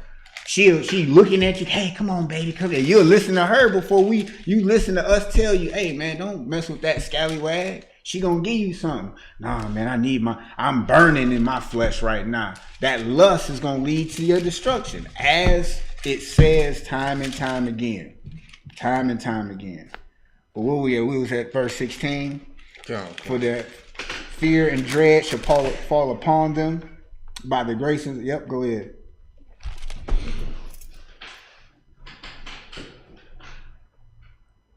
Oh, is that 16, sir? Yes. Okay. Fear and dread will fall on them by the greatness of your arm. They will be as still as a stone till your people pass over. O Lord, till the people pass over. Now just imagine the scenery right here. We're led out of captivity, and we're being led to the place where the Most High is sending us. And you got all these other nations, like you see Moab and Edom being mentioned, they seeing this. And they're stuck in fear until we pass by. Like, we're just moving through. And they like, hey, man, let's not deal with those. I get they just came out of that. We're not touching these people until they pass by. Like, they were stuck in fear. Keep going. Con. Till the people pass over whom you have purchased. Now you see that he did, and notice this is still that specific group of people. It wasn't everybody. It was one group of people that he purchased then and now. Right. The same people. Verse 17. You will bring them in a plant. Bring them in and plant them in the mountain of your inheritance. So that there goes that other parallel. Just like when the priest was just saying, like, man, how did y'all defeat them when they got tanks, drones? Like, the Most High did that, and he's going to bring us, and like the scripture said, and set us in our own land. That's our inheritance. Right. This world is our inheritance, and he's going to put us there. Keep going. In the place, O Lord, which you have made for your own dwelling, the sanctuary, O Lord, which your hands have established. So this is our place. This is where the Most High has set us up to rule up out of. This is our place. We're not. This land that we're over here, I don't know why people think that we're not in captivity, but this is our captivity. And he's going to take us out of our captivity and set us back in our place, our mountain, our stronghold. And then that's where we'll be ruling from. This is what that is talking about. That is our inheritance. And guess what? Everybody doesn't get our inheritance. Nobody else but us gets our inheritance. That's right. And this is what the Most High is saying. And we have to really pay attention and don't let Christian pastors and try to distort that line. They constantly try to give our inheritance, our promise out to other nations who did unruly and unjust things to us. They're just going to give our promise away, give our inheritance away. No, that's not going to happen. And it clearly says it's not going to happen. And it says, which thy hands has established. So this is not nothing that you don't think that we're going to get something that is out of the mind of another culture. We're not going to be established in some pyramids of Kemetic science and stuff like that. The Most High didn't establish that. He established what he wrote down in these scriptures, and that's what's going to happen. No more, no less. Mm-hmm. That's what we have to understand. Anybody got something to add on that? That's 7 verses. Couple verses. Kind of we're gonna bring up the next priest.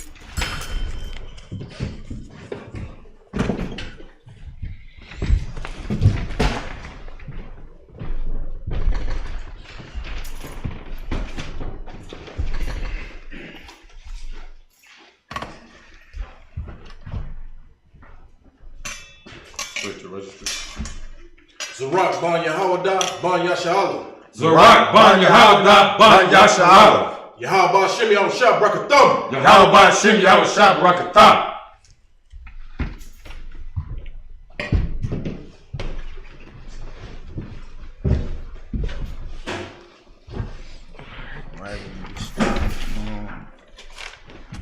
Verse 18. What verse we at? 7. We stopped at 17. Stop at 17, so we'll go 18.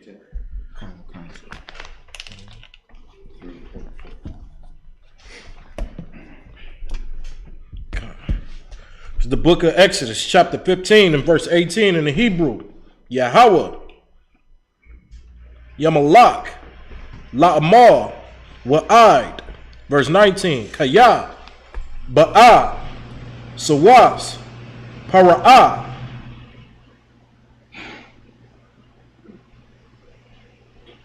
Barak, it's like a Barak, Bawa,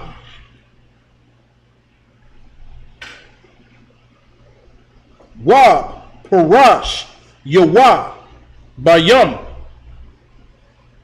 Wayashab, Yahawah, Alahayim, Af, Maya, Hayam, Wabunya, Yasha Allah,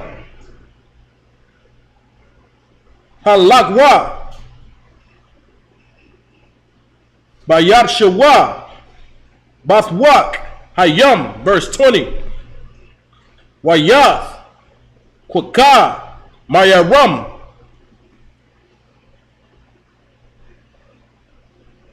Han Bayawa, Akwayath, Ha'ara'an, Slakia, Ha'aran, Athapar, Bayadwa,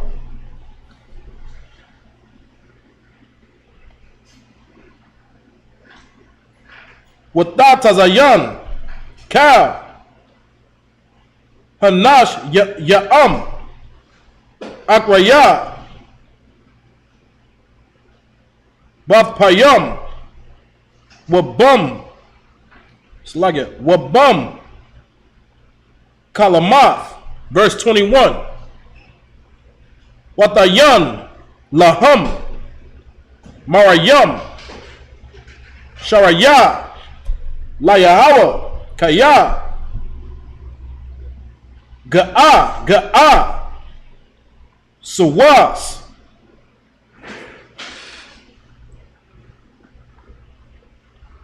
Ra'akabawa,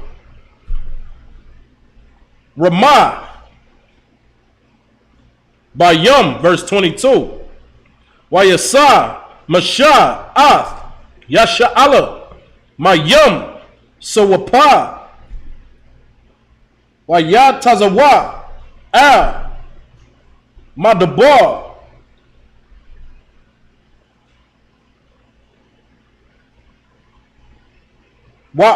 Slaka, Wa'ar, Wayalakam, Shalashath, Yam, Bam Dabar, Wala'a, Matazaya, Mayam, verse 23. Waya, Ba'awa, Maratha, Wala'a, Yakala, Lashaf, Tha, Mayam, Mamaraya, Kaya, Marayam, Hum, Al, Kun, Quad, Slaga, Quara'a, Shamar, Mara'ah, verse 24. Wayalak, Nawa, Wayalak, Nawa, Ha'aim, Al, Mashah, La'amar, Ma'ah, Mashat what? And that's up to verse 25 in the Hebrew. All right, get that brother a hand. Hebrew is excellent. English, you want to read it? All right, we're going to get that in the English. Exodus 15, starting at verse 18. The Lord shall reign forever and ever. Now you see that. It's not going to be no temporary thing. It's going to be the same thing as now. The Lord is going to reign forever and ever. Keep going. Verse 19, for by the horses of Pharaoh went his chariots and his horsemen into the sea. And the Lord brought back the waters of the sea upon them. Now it goes, they're just recapping again what happened. So you got the horses. The Most High took out the horses, the chariots, and the horsemen. Everybody got to die. That's right. Though all of y'all gotta die. I don't.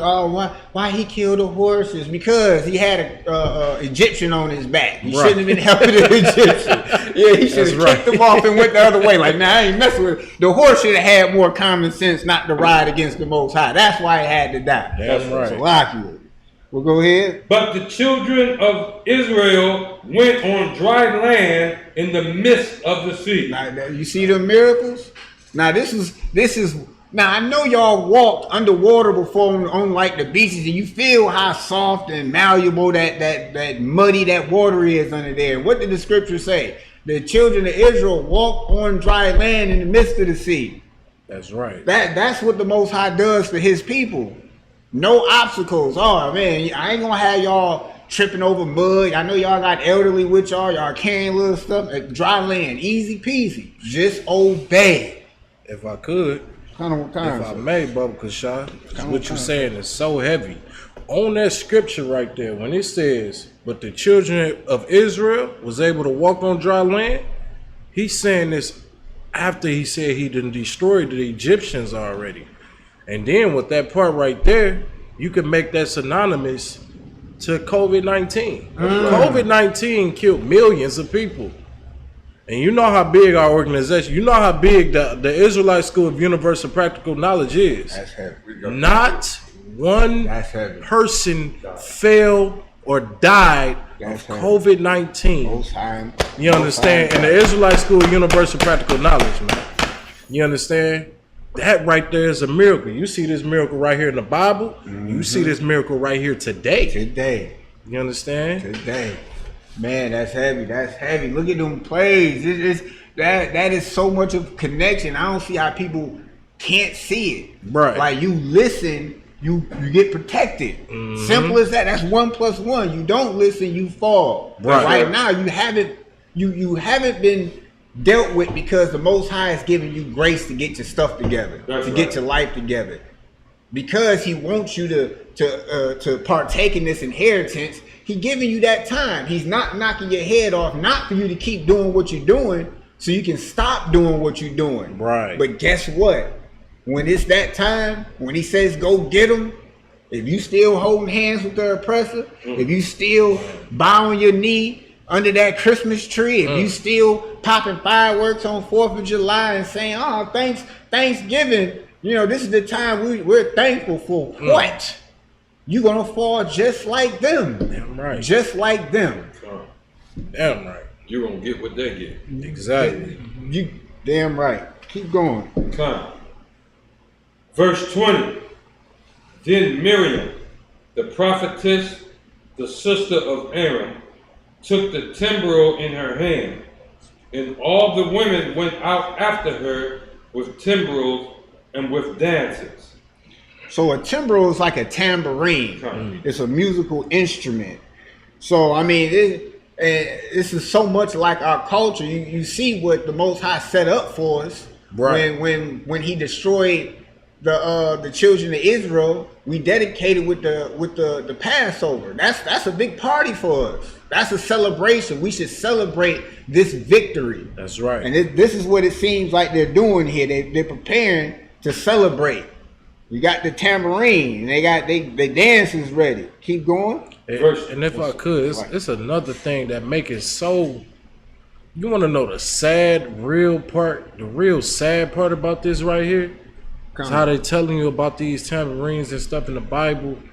You got something so filthy like the Christian church, and they want to symbolize those things, man, to the point where we don't even associate with that. Right. We don't even associate that with that anymore because of those Christian criminals, I should call them. Christian criminal pastors.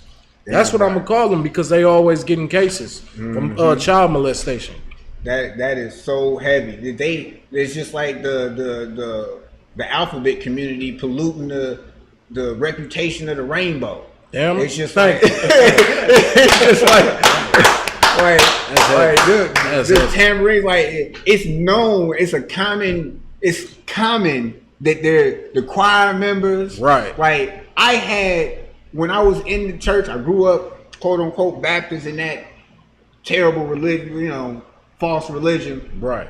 And it was commonly known that the minister of music, the piano player, was a homosexual. It was like it was open, like everybody knew, and you know, and they just they all into him playing the piano. They paying him thousands of dollars a year to be have in how do I not say this? How do I say this politically correct? To be a member of the ABC community. Yeah. I don't want to just straight out Just call say it alternative lifestyle. kind of alternative to be lifestyle, a member of right? alternative lifestyle. Right. And he was with a person in the choir. So this what the tarnish is the other one I was just talking about. We associate the tambourines and now you got the praise dances and nothing. You praising who? Not with no broke wrist and a bent back and you looking like Terry Crews with broke wrists and you talking about no, it wasn't like that. It wasn't like that. They polluted that imagery. That's what they did. We supposed to be celebrating and dancing. Like when you see our Passover videos, we turn up. That's right. We turn up at these holy days. We turn up at our and we're doing it because of the victories that the Most High set before us and the victories that He will do. Like it's not over. Commander GEN.YAHANNA is gonna break that down. Damn right. This fire, you better be in the Midwest. I'm just saying. Damn right. Let's get some more on that. Okay. Verse 21. And Miriam answered them, sing to the Lord, for he has triumphed gloriously. The horse and its rider he has thrown into the sea. So this is our people. Like we're happy of our victory. We should be happy in our victory. We shouldn't be worried. He threw the horse in the sea and the rider drowned. Nah. We were happy about that. We turning up for that. Damn hey, right. baby, go get the tambourines, Right. get your girls together. We about to throw down. This is gonna be a party and celebrate. We're gonna praise and sing the praises of this victory to Yahweh. We're gonna show him how thankful we are for this victory. That's so heavy too, if I could. My Lord. You know what I'm saying? If I could, because that's so heavy. Like, because you see this culture, what are they singing about? In Exodus, the 15th chapter, they singing about the death and the destruction of the Egyptians. That's right. You see what I'm saying? They singing about that part right there. You know what I'm saying? Contrary to the Christian church, when you got your tambourine and you praising and you dancing, what in the hell are you singing to? You singing to loving everybody. And bringing everybody on board. You singing a whole nother message, man. That's just so demonic. You are full of Satan in that church, man. They want to love the oppressor. They want to love the oppressor so bad, man. Mashal, like, oh my God, you literally, this is the house of Satan, right? Like when we say that, we telling you the truth. We're not just saying it's just because we got some vendetta or anything like that. No. We're telling you that because this is absolutely true. Right. That's right. The Christian church is the house of Satan. Look at the message that they propose when they doing all that singing and they dancing and all of that. They not singing, they wouldn't dare do that about the death of their enemies. They wouldn't. They want you to love the enemies of the Most High. It's so hypocritical how things are being operated. Like, you got holidays that the oppressor served that commemorates their victory in wars, you know, over their enemies, quote unquote. Who in this country, who been their enemy? What, the Middle Easterns? No, us. Oh yeah, it started us first. Thanksgiving. That's to celebrate the victory over. Damn right. Over us, the Native American Indians. Damn right. Then you decided to get gas. Cinco de Mayo. Now they done jumped on that. They done stole that. They want to celebrate a victory over Issachar. And look what they do for us. And the Christian church, Martin King birthday, is so sick. Black History Month. That they will celebrate Christmas. They will celebrate 4th of July, Memorial Day, Easter, all of that, and they have the audacity to look at us and say, why are you celebrating those? Number one, because Christ celebrated and we were commanded to. Right. Why aren't you, though? Right. You would have the audacity to celebrate everything that your oppressor created and won't do what you claim to serve. That is hypocrisy at its fullest. And Right. it damages your head when you think about it. Like you see them outside with Easter eggs, but they're not celebrating Passover. You see them outside with fireworks and firecrackers, but you don't see them at the Feast of Tabernacles. You see them at Christmas, and they hanging out Christmas trees. And they got Halloween weekend where they charge trunk or treat now. You know, stuff like that, to be able to celebrate Halloween still, but you don't see them at the Feast of Purim. None of the feast days in the Bible. Nothing biblical. Nothing biblical. But they call themselves men of the Lord. They call themselves doing the work. No. That's why you have to study to show yourself approved. Get into school. Learn. Don't be duped by these people. It's lucky if I could. They won't hear the priests and prophets of the Most High coming out of I.S.U.P.K. when they tell you the Lord does not smell in your solemn assemblies. He don't hear that. He don't accept your so-called sacrifice. Your Christmas presents and your Thanksgiving turkeys and your fireworks. All you're doing is making him mad, because what you're doing is you're celebrating your oppressor's victory over you. Right. And he only can oppress you because you are in disobedience. You see that? Only because if you were in obedience, the oppressor wouldn't be able to give you nothing to celebrate, because he wouldn't be in power. Damn right. You see that? That's it. But you keep him in power, and you ain't gonna be able to do it for too much longer, but you keeping him in power by celebrating his hell days, his days. And you ignore the Most High's holy days.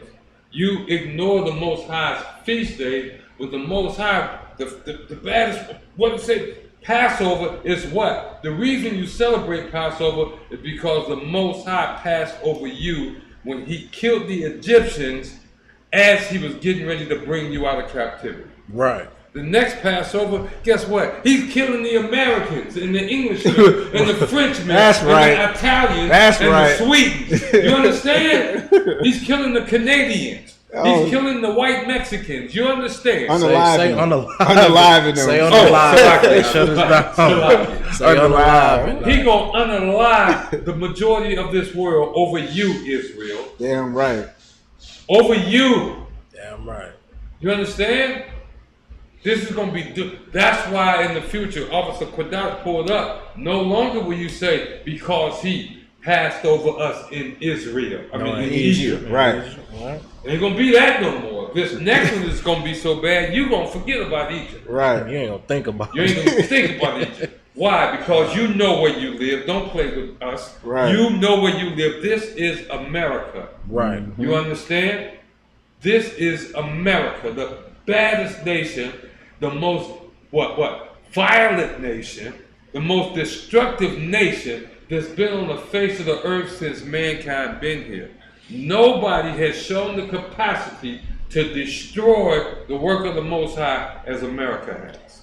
That's true right there. You understand? That's heavy that the brother was bringing that out, because we see that paralleled in the New Testament, where we put aside the commandments of God to follow the traditions of men. It says that in Mark 7:7, where it says, "Howbeit in vain do they worship me, teaching for doctrines the commandments of men, for laying aside the commandment of God, ye hold the traditions of men." Good night. That's what we're doing now. We hold the traditions of men, not God.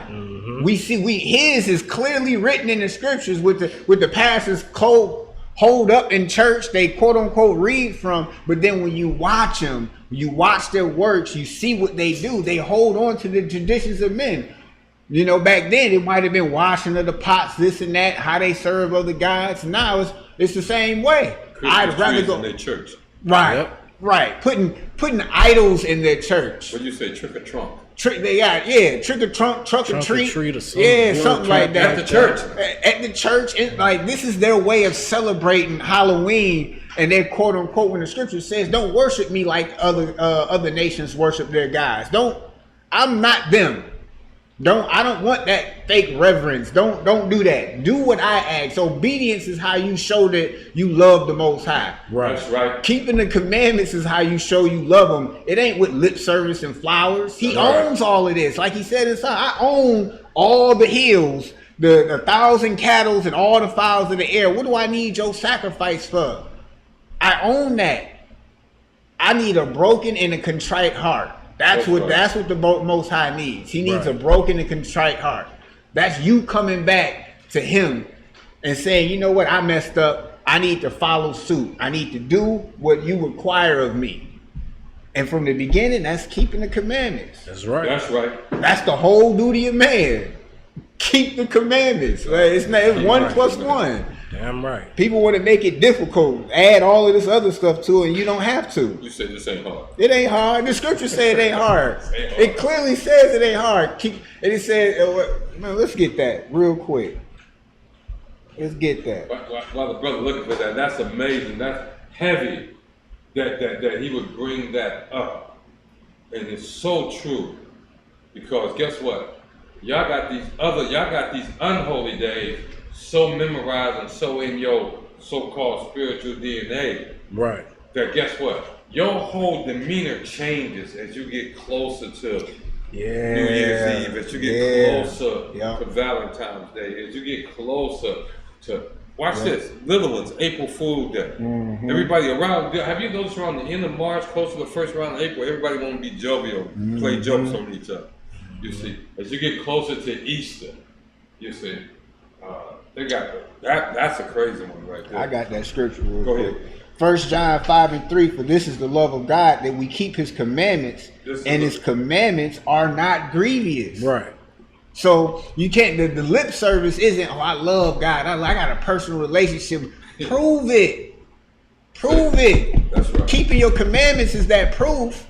Right. That's that proof that, oh, he said this, I'm going to do this. I'm not going to try to get wiggle room and justify why I'm still eating pork or whatever. I'm going to keep the commandments. And like the scripture says, it's not grievous. It's not hard to say, you know what, I want lamb chops instead of pork chops. I want turkey bacon or beef bacon instead of pork bacon. I don't want shrimp. I don't want catfish. I want perch. Right. You know, I might want some salmon. Salmon is a good fish. Damn right. We're not saying you can't eat fish. Don't eat things that eat poop. It's like we don't, them bottom feeders. And I don't care what their diet was. If the Most High said don't eat it, just don't eat it. Right. Simple as that. And that's so heavy, because people be wanting a big old explanation on that. Right. You know what I'm saying? They just want to know, why did God say you can't eat it? Why you can't do it? Why are you questioning the Most High? Exactly. I don't need for the Most High to explain himself on his law on why you shouldn't eat tuna. Right. Right. On why you shouldn't eat pork. Right. That's right. You understand? If the Lord say don't do it, that's all I need to know. Most High in Christ. If I could, That's all I need to know. Go ahead. About the shot. If you was raised by good parents, as good can go in this world, guess what? You already know what the brother talking about. You know why I know you know? Because your mama told you or daddy told you, don't go out of the yard. And then as a child, you wondered why mama say don't go out the yard. Why daddy say don't go out the yard. But you just said, okay. And then you either obeyed or you didn't. And when you didn't obey, guess what? They tore your behind up. Right. They put it on you. And you couldn't sit down for a minute. Guess what? The Most High is the most righteous of fathers. Right.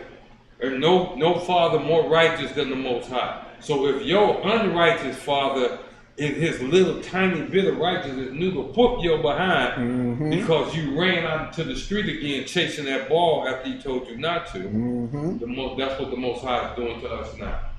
Because we have disobeyed him for so long. So long.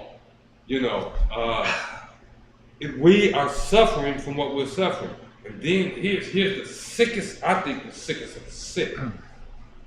Instead of our leaders teaching us back in the 60s, instead of them teaching us, look, we need to obey, they say we need to adjust and get along with our oppressors and compromise and continue to disobey the Most High so we can get along with our oppressors. Man. That, you see what I'm saying? Disgusting. Yeah, very disgusting. Disgusting. They told us we need to integrate. We need to sit down at the table of brotherhood with the sons of slave owners and the sons of slaves need to sit down together at the table of brotherhood and eat. You really trying to make a partnership. The people who will put a noose on your neck and will hang you and starve you on purpose and laugh and tell you that they do not like you. They don't want you around them. They don't want you in their restaurants. They don't want you in their bathrooms. They don't want you around your kids. And you establish a relationship with them. Look at our condition now. I mean, if I could, before integration moved in, this is one of my I love starting a conversation with that phrase. Before integration moved in, there was a black hospital up the road. Yeesh. A black-owned hospital with all black doctors and nurses in it. Before integration moved in, the businesses that lined Gratiot from downtown to 8 Mile was mostly black. Good night. You see what I'm saying? All the around in the hood stores were all black. And kids couldn't go in there and buy crack. They couldn't go in the store and buy alcohol. And Lucy's and all that. You see what I'm saying? And Lucy's and all that. Before integration moved in, your child would have been brought into this world by a combination of a black doctor and black nurse. Before integration moved in, the black policeman lived down the street from you. Right. On the same block, you see. The black doctor lived maybe a block over. Black nurses lived in the same neighborhood. Black teachers. Before integration moved in, niggas lived with niggas. Can I say that? Right. We lived among ourselves and we didn't try. We wasn't out on 23 Mile, 26 Mile. And was successful. You see that? But then they came along with this IU integration. That gifted wet water across the street. A woman got control over her own body. Before integration moved in, you know, we didn't do abortions like that. Man.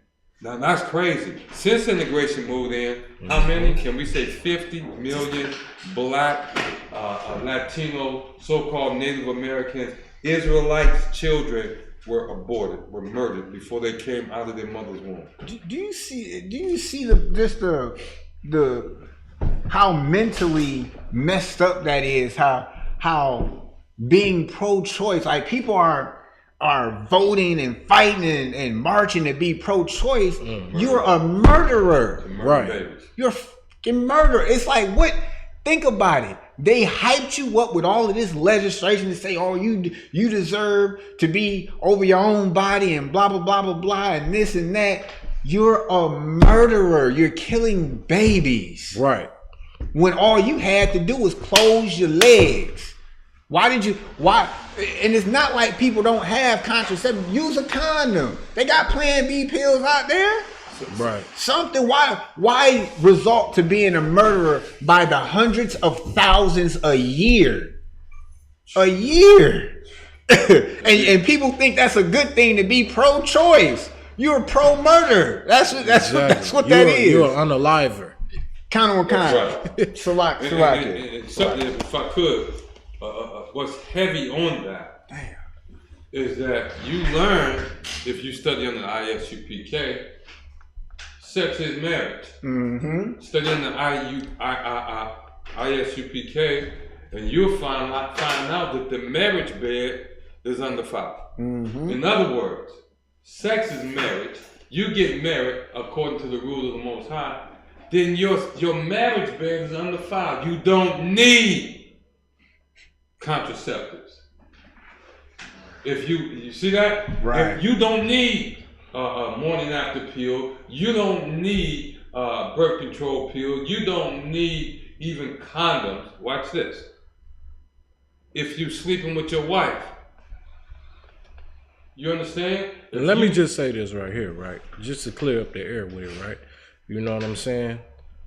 You wouldn't need that if you was following the Lord. Right. If you were following the laws. That's you understand? You following the laws, you're not gonna have to worry about those things. None of that. You understand? You feel me? Because now there's a law with everything. There's a law when it even comes to quarantining, what you do when you get unclean. Right. It's a quarantine law that comes with that. Right. You understand? You unclean from into the evening. Right. You understand? So now you know that you have a cleaning law. You gotta, once you done doing that, you gotta go take a shower, freshen up, and guess what? When the evening time comes, you back clean. Back clean. You understand? Come. And that's how it goes. That's why you know that these laws right here is very beneficial, and it's not going to kill us to follow the law. It's not going to destroy us at all. Where we at? We at verse 22. Verse 22. Verse 22. So Moses brought Israel from the Red Sea. Then they went out into the wilderness of Shur, and they went 3 days in the wilderness and found no water. So this is the was happening after. So Moses, of course, brought Israel from the Red Sea, and they went into the wilderness. So this is in their travels. So it's been 3 days, and now they ain't found no water. Keep going. Come. Verse 23. Now when they came to Marah, they could not drink the water of Marah, for they were bitter. Therefore the name of it was called Marah. Verse 24. And the people complained against Moses, saying, what shall we drink? That's Now, 7 verses of it. Kind. Just with that last verse and that mindset of that last verse, I'm gonna put out a little a warning. Like, I don't want us to be in the mindset or nowhere near close to the mindset that the Pharaoh was under, thinking that he could challenge or question the power of the Most High. Right. You just crossed through a sea on dry ground. Right. You just seen the chief armies, the chief chariots, the mighty men of other nations freeze and tremble in fear of what your power just did. Right. Why are you even thinking about water? Like he can't provide that for you. It's just like you want to start murmuring. Really? He just brought you out of captivity. Right. And showed out for you to the Egyptians and in front of the other nations. He showed out for you, and you gonna start murmuring? I can see it just asking a question and just be like, hey, it's a little hot out here. It's a little thirsty. Where we gonna get some water at? And but when you talk about murmuring, that's that back talking. You talking behind brother backs, and you spreading you talking, hey, Moses got us out here. We ain't got no water. It's hot. Right. You murmuring. Yeah, After Most High showed his power for you, you want to murmur. Okay. And I say if I could too, because that's so heavy what you're bringing out. You know what I'm saying? For you to even complain. Yeesh. That shows that they was weak in their minds. And they was mentally weak. They didn't understand how not to be a slave no more. Man. They didn't even understand it. They didn't even get it. They like, man, we ain't got no. That's like a Jake getting saved, man, right? For some tragic event. The Lord pull a Jake out of a tragic event. But then, you know what I'm saying, he probably got to go a whole full day without, you know what I'm saying, some food or something. Right. And he super duper complained. Right. Like the Most High didn't just save your life. Right. You don't just realize what the Most High doing for you. Exactly. You can't sacrifice a meal for a day. Come on now, man. You can't sacrifice for him. Yeesh. Nah, that's crazy. That's beyond crazy.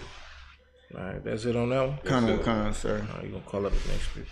We're gonna call up the next priest.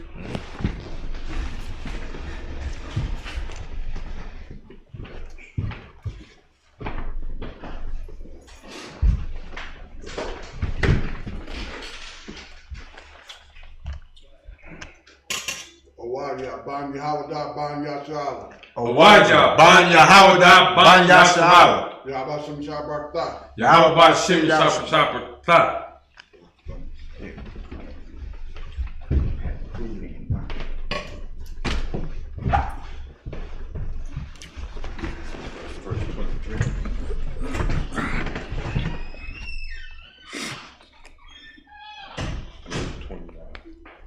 Oh,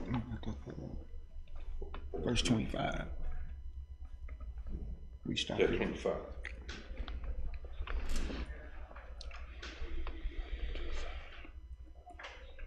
Wayatazakwa al Yahawah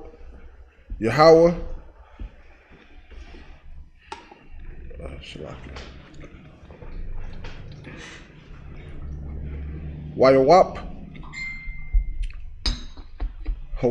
Hawa Yahawah Atazah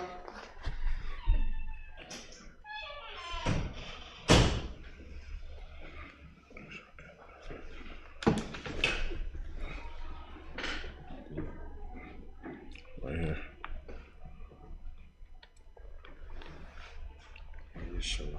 Waya Shalak Al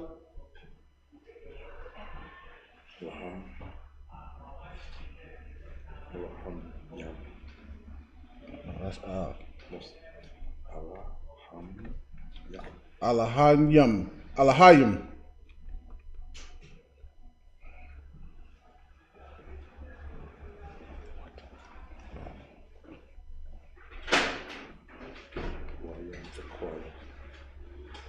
Wamath Yakwalam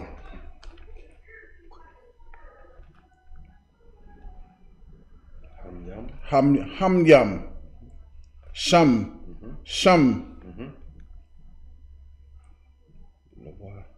Lawa Kakwa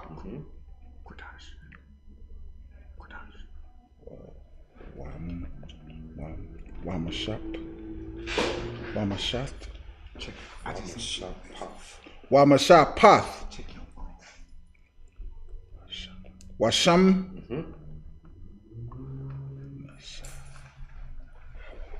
Nashahawa verse 26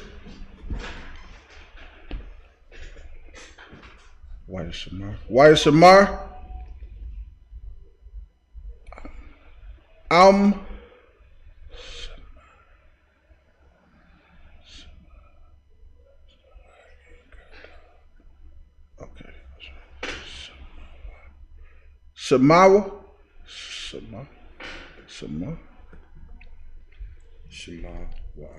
Shamar Wa'ad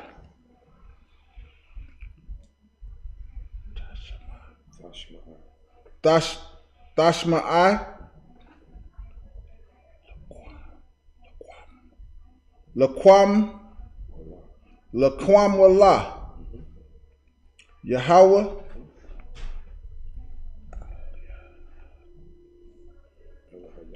Alahayak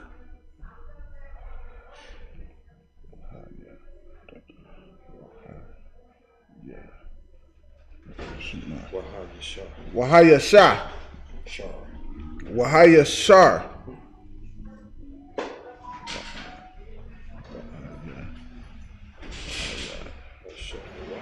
Bashana Wasalakia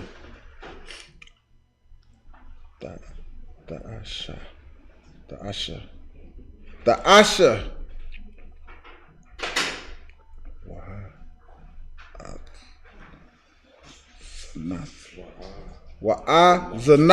Wa'azanath Martaza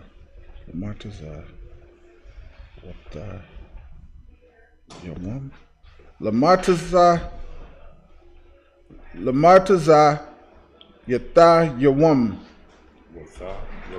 Wata Yawam Yawa Salaki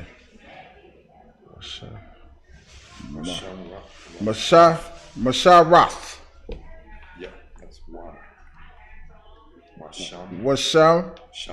Washam Rath Ras. Come. Kal. Kala. Kakwa. Ya. Kakwaya. Yawa. Yawa. Kakwayawa. Kalau.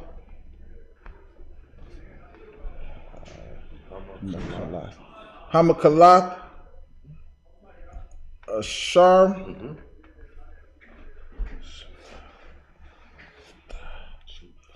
Shamtawa.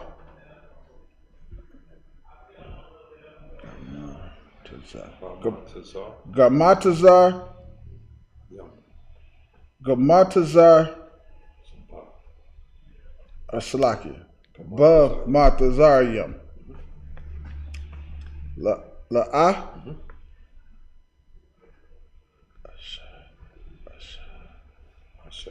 Ashayam.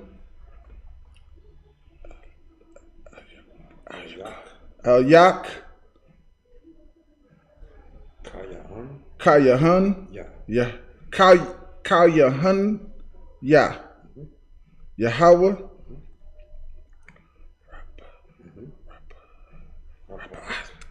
Rapa'ak.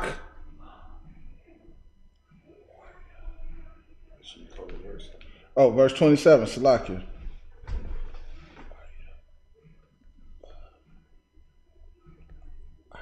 Waya ba'awa.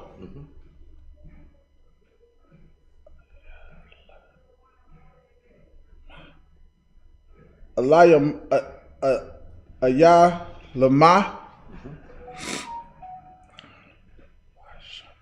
Washam. Shatayim.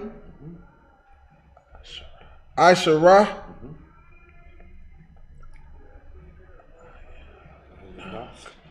Ayanat.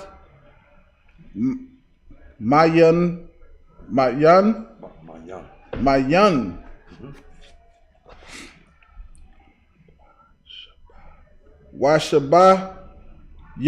Washabayam.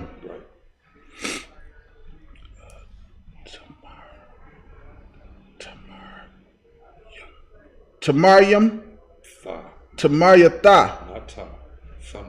Thamarium. Okay. Thamarium. Salakia.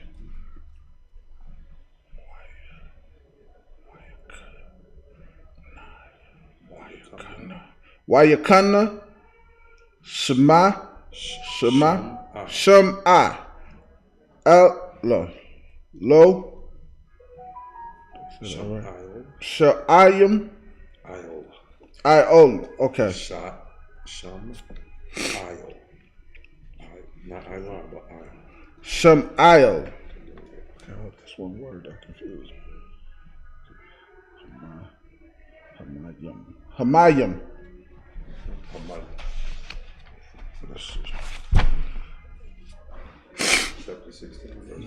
Chapter 16 in verse Exodus chapter 16 verse 1.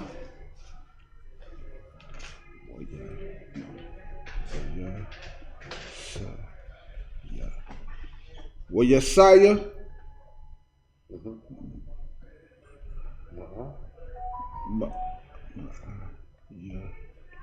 Ma'ayalam.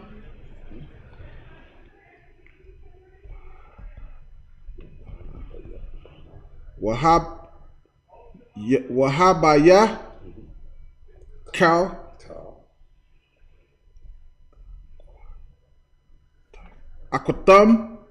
Akwata. Salakia. Adakwa. Adatham. There you go. Salakia. Banya.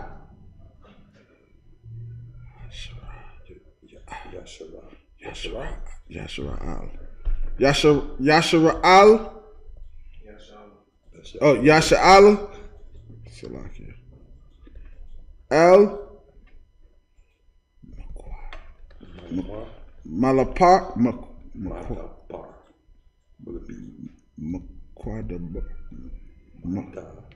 Mada. Bar. Sayan, Yep. Ashar,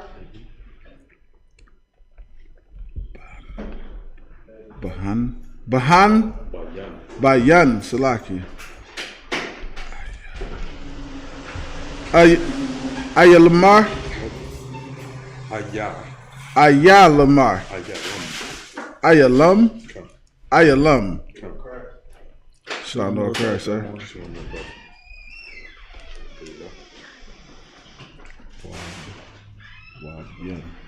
Wabyan,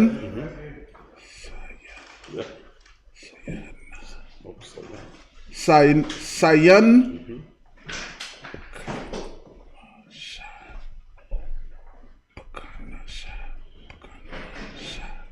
Bakan Mashah,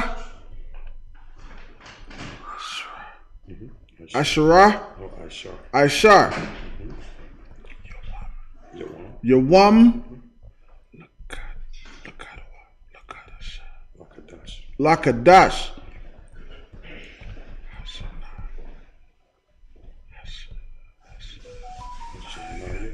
Hashanaya, Latazah, Ahtham, Maratazah,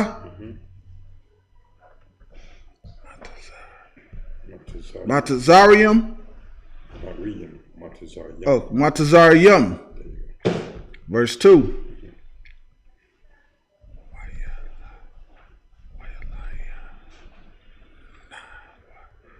Wayala, Yamwa, Kal,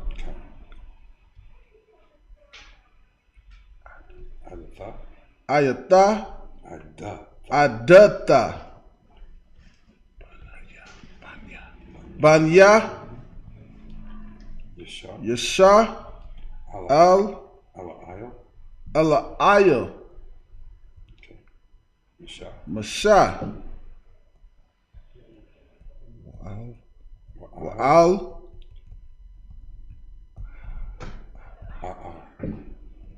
Aharath, no, Aharan. No, that's wrong. Okay, I said it right there. Aharan,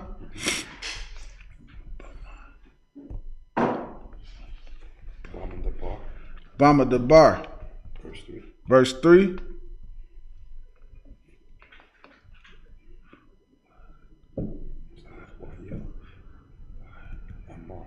Wahamar. Waya Amar. Elohim. Elohim. Banya.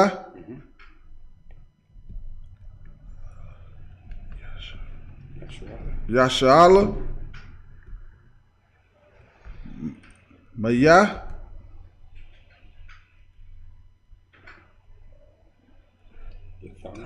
Yathan.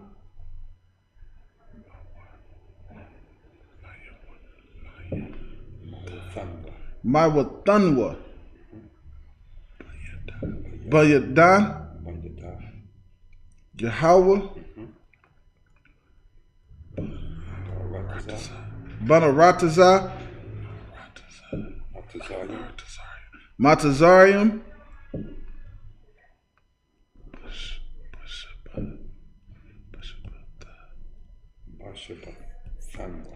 Bashabatanwa. Al. Sayah. Yabashara. Habashara. Salakia. Habashar. Habashar.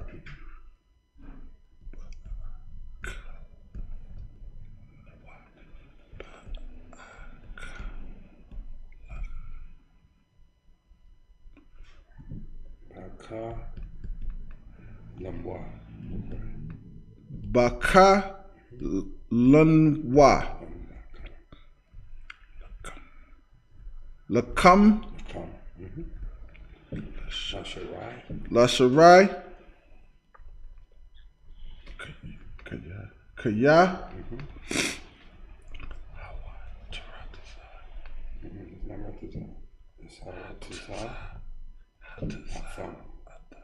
Hatazah thumb. Thumb. Oh yeah, that's right.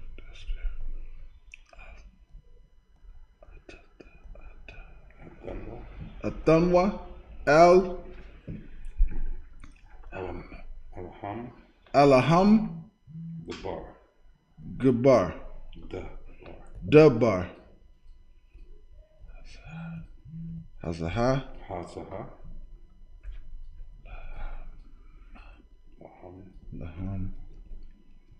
Laham. Yaham Yas. Athakal.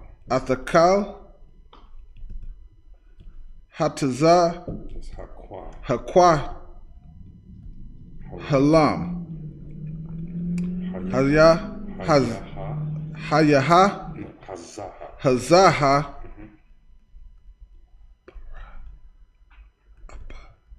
Barab. Did I pronounce that right? Come. Verse 4.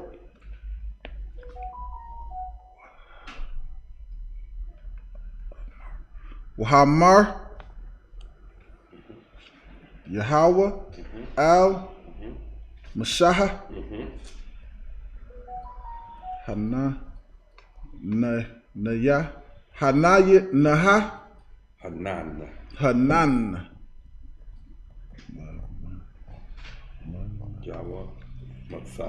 Mata.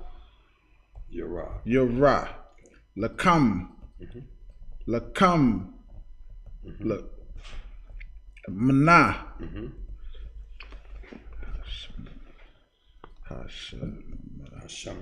Hashamyan. Wayatazah.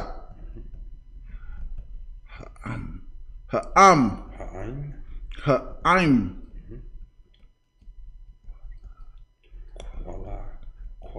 Walaquath. Walaquathwa. The bar.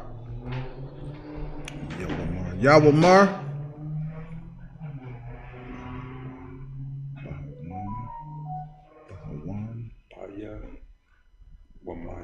Baya Wamaya. Lama'aim.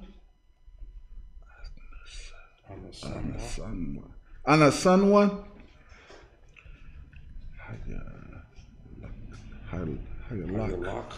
Hayalak. Batawa. Batara. Batara. The next part is Rataya. Rataya.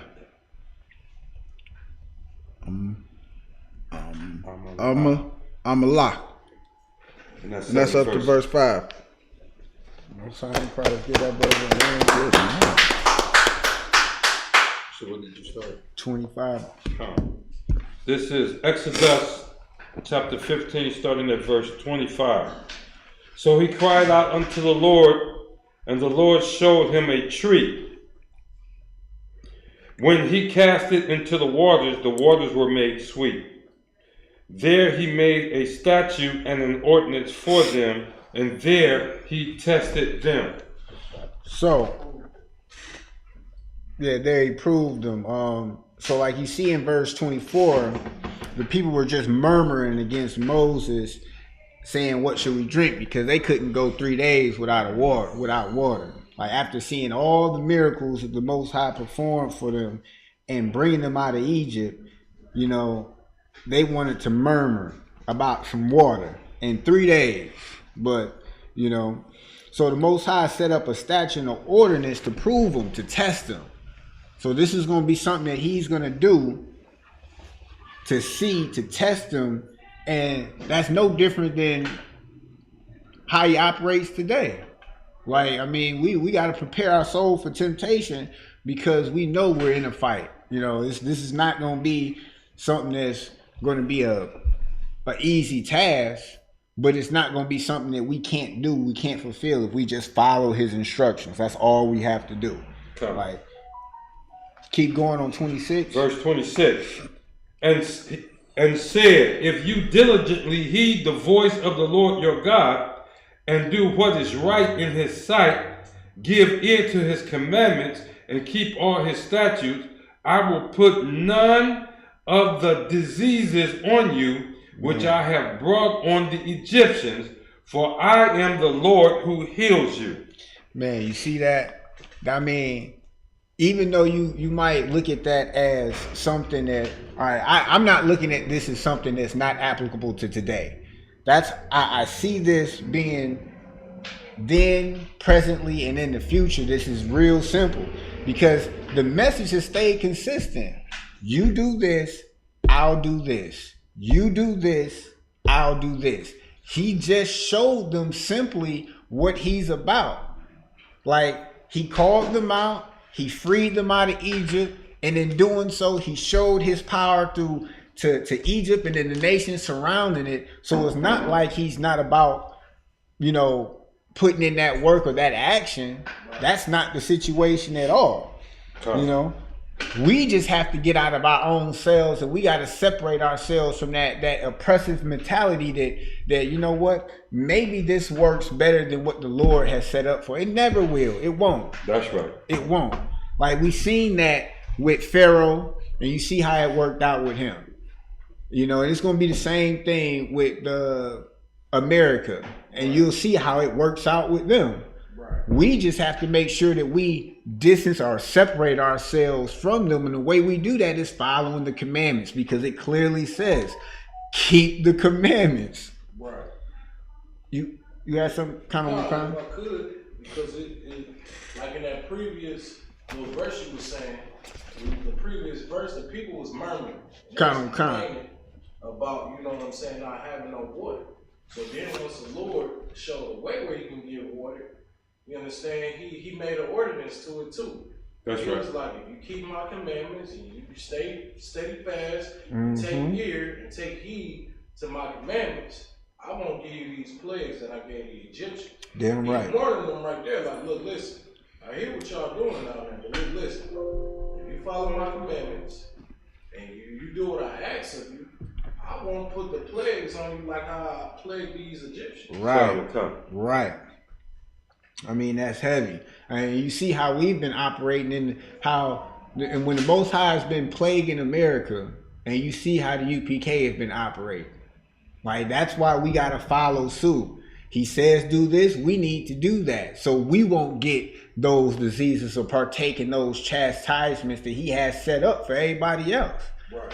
So we have to obey. We have to follow these instructions. And notice, it wasn't picking and choosing which ones we want to either. As the Christian church keep trying to tell you, oh, that's done away with. We don't have to do this. We don't have to do all of them. Oh, it's too many. It's too many to keep. Knowing that they stopping at stop signs and red lights and yield signs. You following thousands of oppressors' laws every day, almost unconsciously, but you want to murmur about a few that all benefit you, that the Most High has.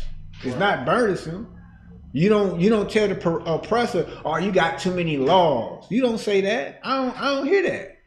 But we tell you don't eat pork. Oh, that's too much. What? Oppressor got thousands every day there's thousands. You go to the airport, they got laws. Individual states got different laws. You can't collect rainwater. Right, you can't collect rainwater. You go from Michigan following one set of laws, and then you go to Texas, and then you automatically know I got to look up the laws of Texas, so I make sure I abide by their laws. But you don't go to the Bible and say, let me look up the laws of God and make sure I abide by his. I'm going to complain. I'm going to murmur about these laws that's in the Bible. I'm not going to murmur to Joe Biden and Trump about those laws that they setting up. But I'm going to murmur against the power that freed me. Let's see how that work out. Okay. Verse 27. Then they came to Elim, where there were 12 wells of water and 70 palm trees. So they camped there by the waters.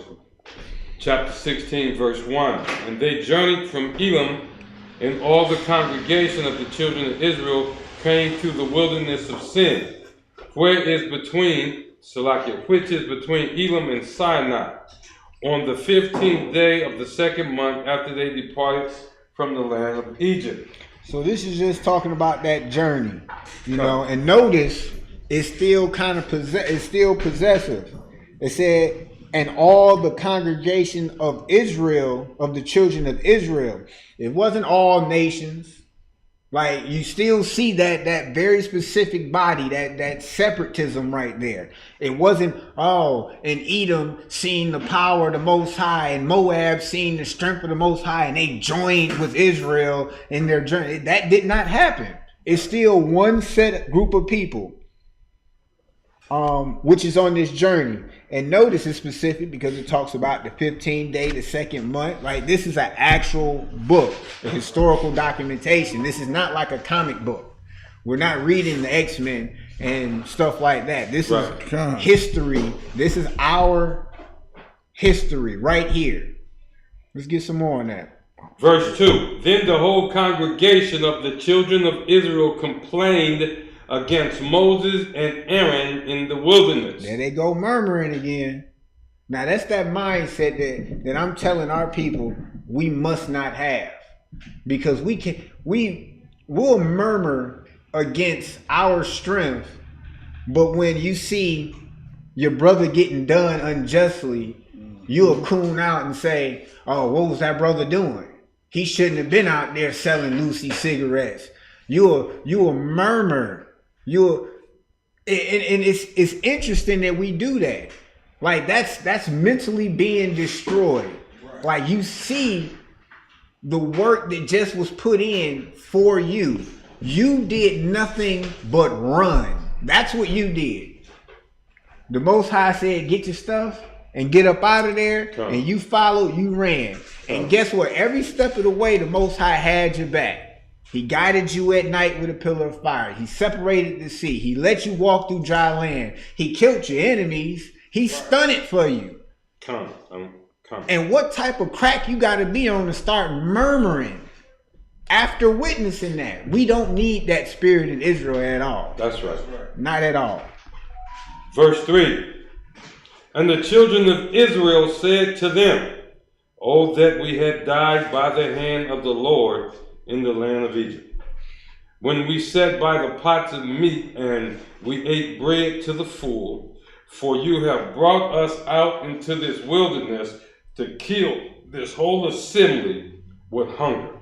Yeah, I mean, and then you gotta understand that to me, any rational person, after seeing a pillar of fire, after seeing a wall of water on both sides of you as protection as you run from your enemies, after seeing these miraculous feats, you still question if you can be fed? Like, and I can see why the Most High would need to test these people, because that's the people I would test too. Because in my head, that means another culture can come around and say something to you, and you'll just be, oh, well, they got the food today, so I'm going to go follow them because they got the food today. Right. Or they got the money today. And you see people who operate like that. They're around you when you up, and when you down, they gone. You know, we don't need that spirit at all. He laid out 1 + 1. Keep the commandments, all of the statutes, all of them. Don't pick and choose like the Christian church. There you go. And I got you. I'll provide like I've been providing. But I'm going to set up these ordinances to test you. Verse 4.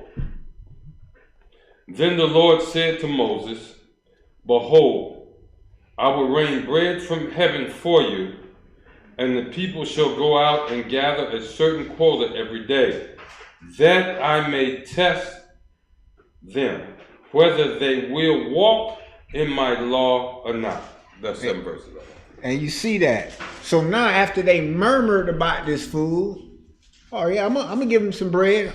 I'm gonna give them bread from heaven. Now, and what's interesting, he didn't say I'm gonna set y'all up a little ground, a patch of ground where you can grow and make the bread yourself. He said, I'm gonna give you bread from heaven. Okay. Like, I'm gonna give it to you.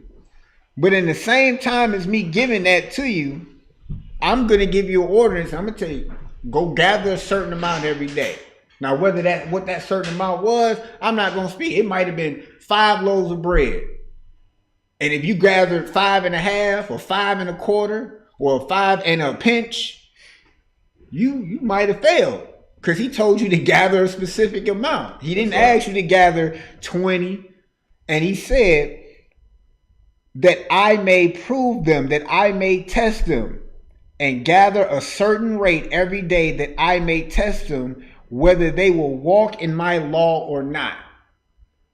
And this all goes back to that law, whether they're going to obey me or not, whether they're going to be persuaded by something else, or they're going to follow me, who's been their provider, their hedge, their protection, their power. We're going to find out. And you said that's it? That's it on that? Okay. All right, so that wraps up the ISUPK Detroit Sabbath service. Men of Israel, Imagine.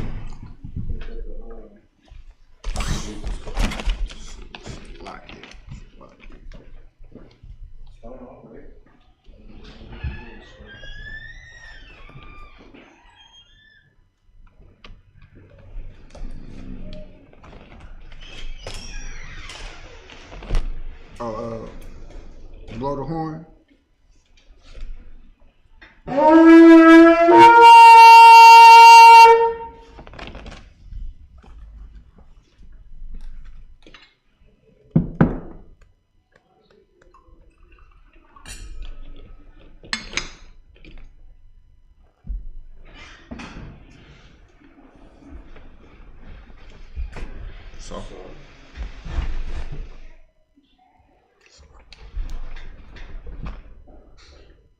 Shalam.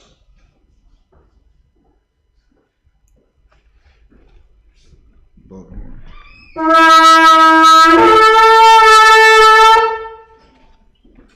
I'll salute the scroll.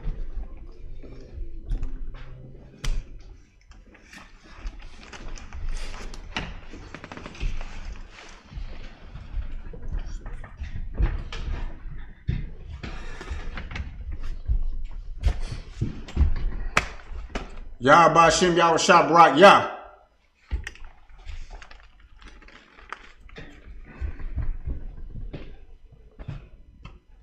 Yahawah Bahasham Yahawashi barak Yah.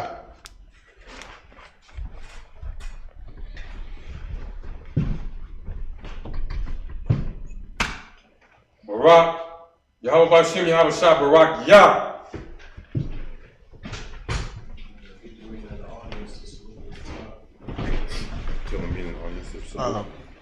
Any men in the audience salute the scroll. Yahawah Bahasham Yahawashi barak Yah.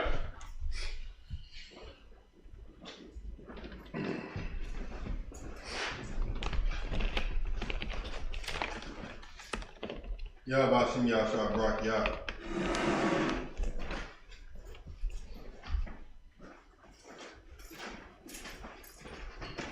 Bahasham Yahawashi barak Yah.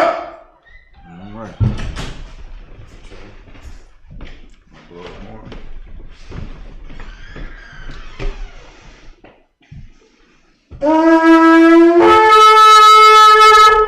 Let's get those Hebrew prayers out.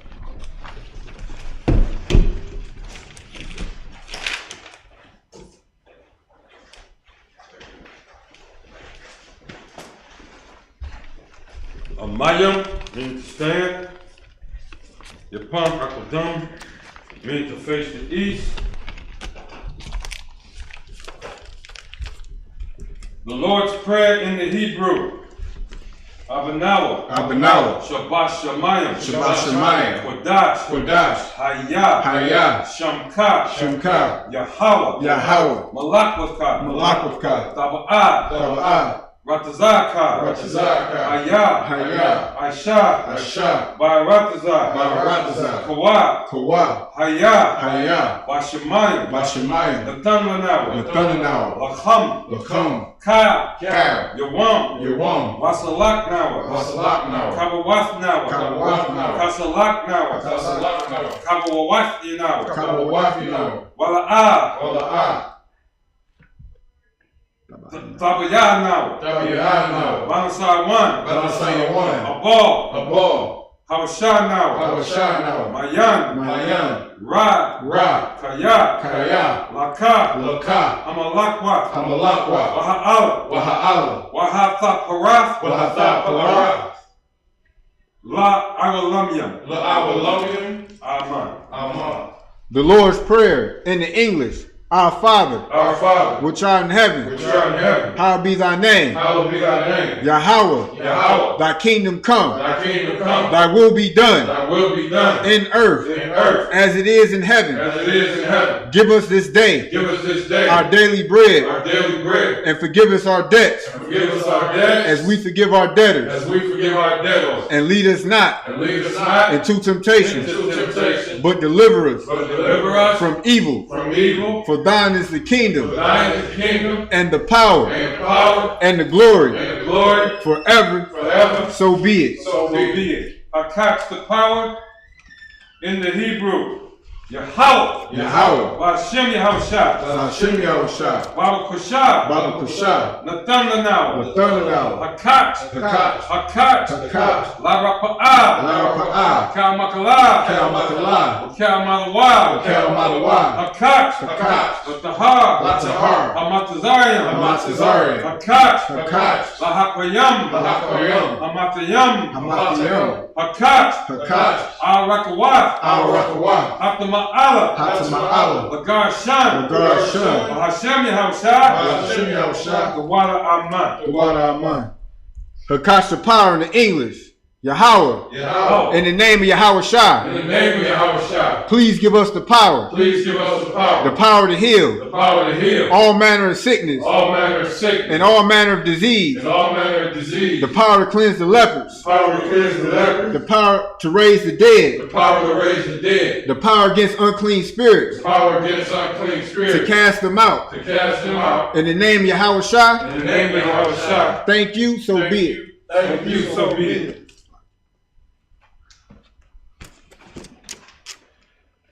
Blessings in the Hebrew. Barakatah Yahawah wa Yahawashi. Wa Mathiala. Wa Lahayim. Matazavia. Alawat Yahanna. Ha Alawabiyam. Ha Saranyam. Hakwatazanyam.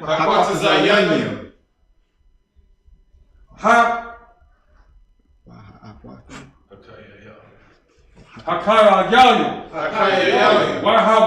Waha Akwati. Yahawah Bahasham. Yahawashi. The water Aman. Blessings in the English. Bless you, Yahawah. And Yahawashi. And Michael. And the angels. Commander GEN.YAHANNA.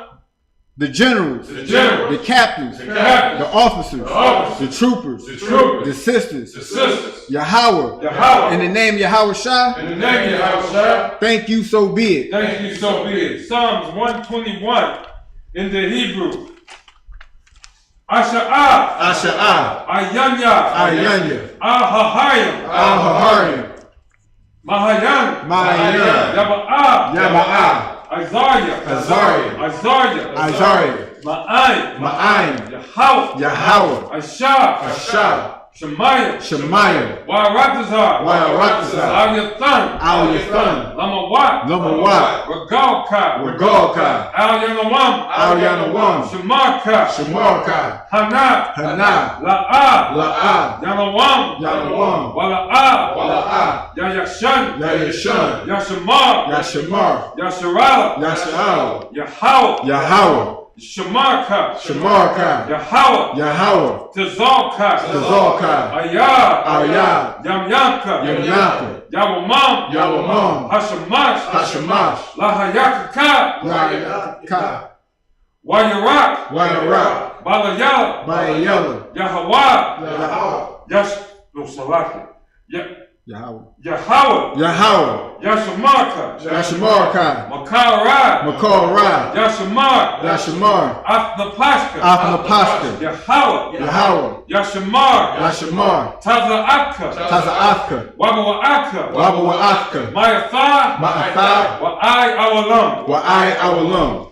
Psalms 121 in the English. I will lift up my eyes I will lift up my eyes unto the hills, unto the hill, from whence cometh my help. from whence cometh my help. My help cometh from Yahawah, My help cometh from Yahawah, which made heaven and earth. which made heaven and earth. He will not suffer thy foot to be You moved. will not suffer thy foot to be moved. He that keepeth thee He that keepeth thee will not slumber. will not slumber. Behold, Behold, he that keepeth Israel he that keepeth Israel shall neither slumber nor sleep. shall neither slumber nor sleep.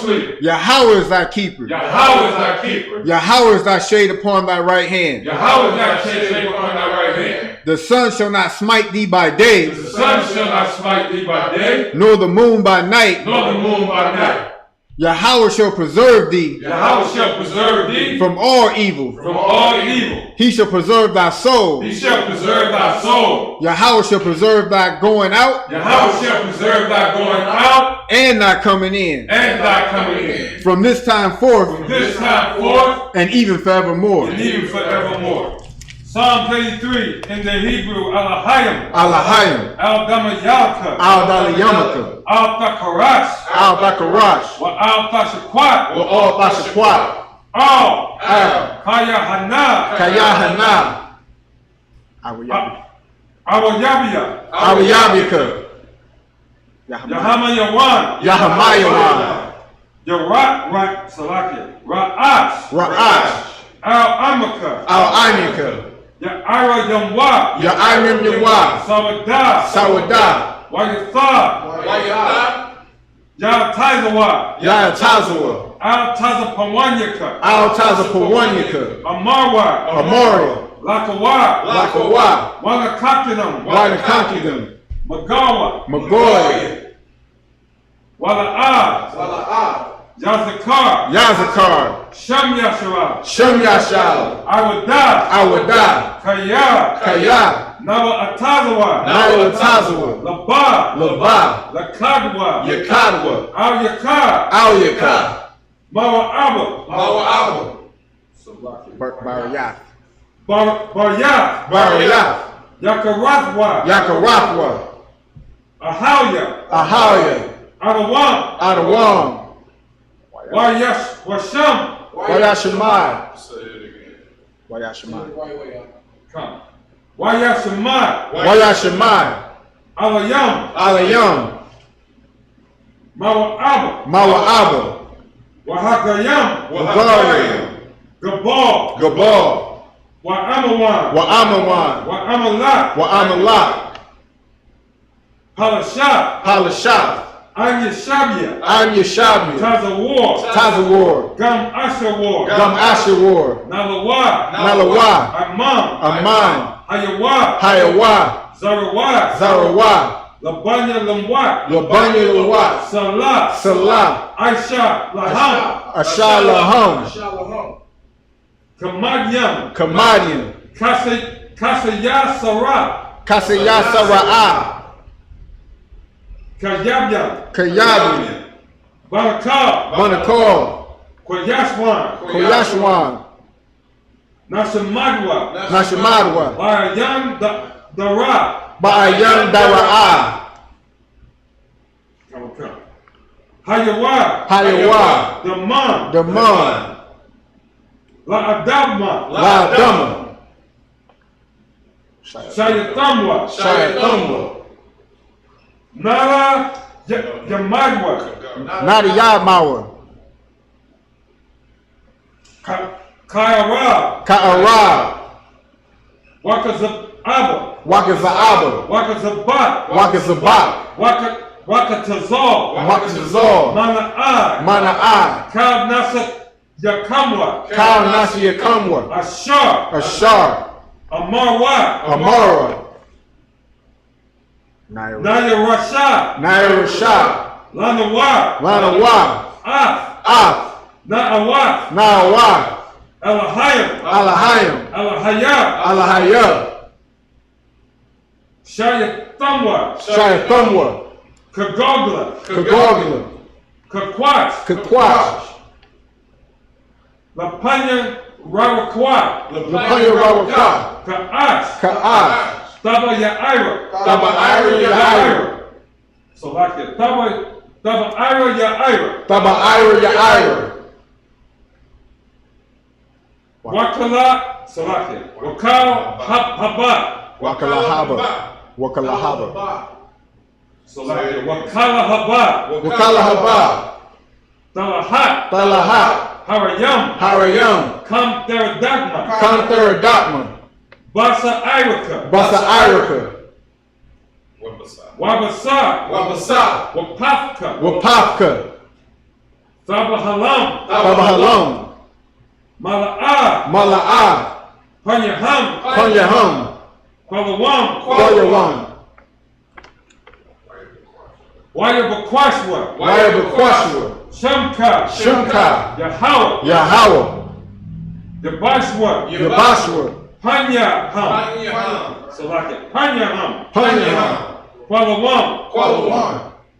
Wayabakwashwa. Wayabakwashwa. Shamka. Shamka. Yahawah. Yahawah. Yabashwa. Yabashwa. Wayabahala. Wayabahala. Aya'ai. Aya'ai. Waya Kapagwa. Waya Kaparwa. Waya Abadwa. Waya Abadwa. Waya the Iwa. Waya the Iwa. Kaya Atha. Kaya Atha. Shamka. Shamka. Yahawah. Yahawah. Labadka. Labadka. Aryawam. Aryawam. Akel Ha-Arataza. Alkahal Rakasa. Psalms 83 in the English. Keep not thy silence. Keep not thy silence. O Yahawah. O Yahawah. Hold not thy peace. Hold not thy peace. And be not still. And be not still. O Yahawah. O Yahawah. For lo, thy enemies make a tumult. Thy enemies make a tumult. And they that hate thee, have lifted up the head. They have taken crafty counsel. Against thy people. And consulted against thy hidden ones. They have said, Come. And let us cut them off. From being a nation. That the name of Yasha'Allah may be no more in remembrance. For they have consulted together. With one consent. They are confederate against thee. The tabernacles of Edom. And the Ishmaelites. Of Moab. And the Hagarim. Gabal. And Ammon. And Amalek. The Philistines, with the inhabitants of Tyre, Ashur also is joined with them. They have hope in the children of Lot.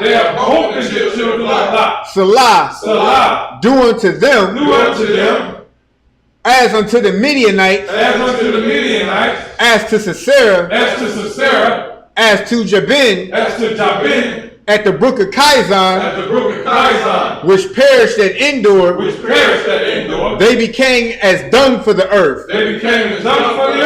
Make their nobles like Oreb, and like Zeb, yea, all their princes, as Zebah, and as Zalmunna, who said, let us take to ourselves the houses of Yahawah in possession. O Yahawah, make them like a wheel, as the stubble before the wind, as the fire burneth the wood, and as the flame setteth the mountains on fire, so persecute them with thy tempest. And make them afraid with thy storm. Fear Fill their faces with shame. Fill their faces with shame. That they may seek thy name. That they may seek thy name. O Yahawah. O Yahawah. Let them be confounded. Let them be confounded. And troubled. And troubled. Forever. Forever. Yea. Yea. Let them be put to shame. Let them be put to shame. And perish. And perish. That men may know. That men may know. That thou. Whose name alone. Is Yahawah. Is Yahawah. Are the most high. Are the most high. Over all the earth. Over all the earth. Right. So, is there anybody in the audience that want to be anointed? Oh, Salakia. Blow the horn. Salakia, my Lord.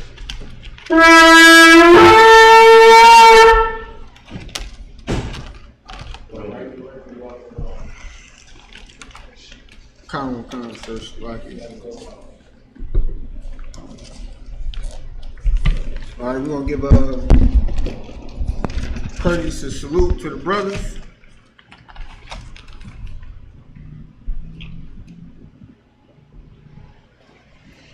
Majum, Salakia, Majum Shabbat, Amajum, Barak. Yahawah Bahasham Yahawashi. With that being said, Yajamata, dismissed.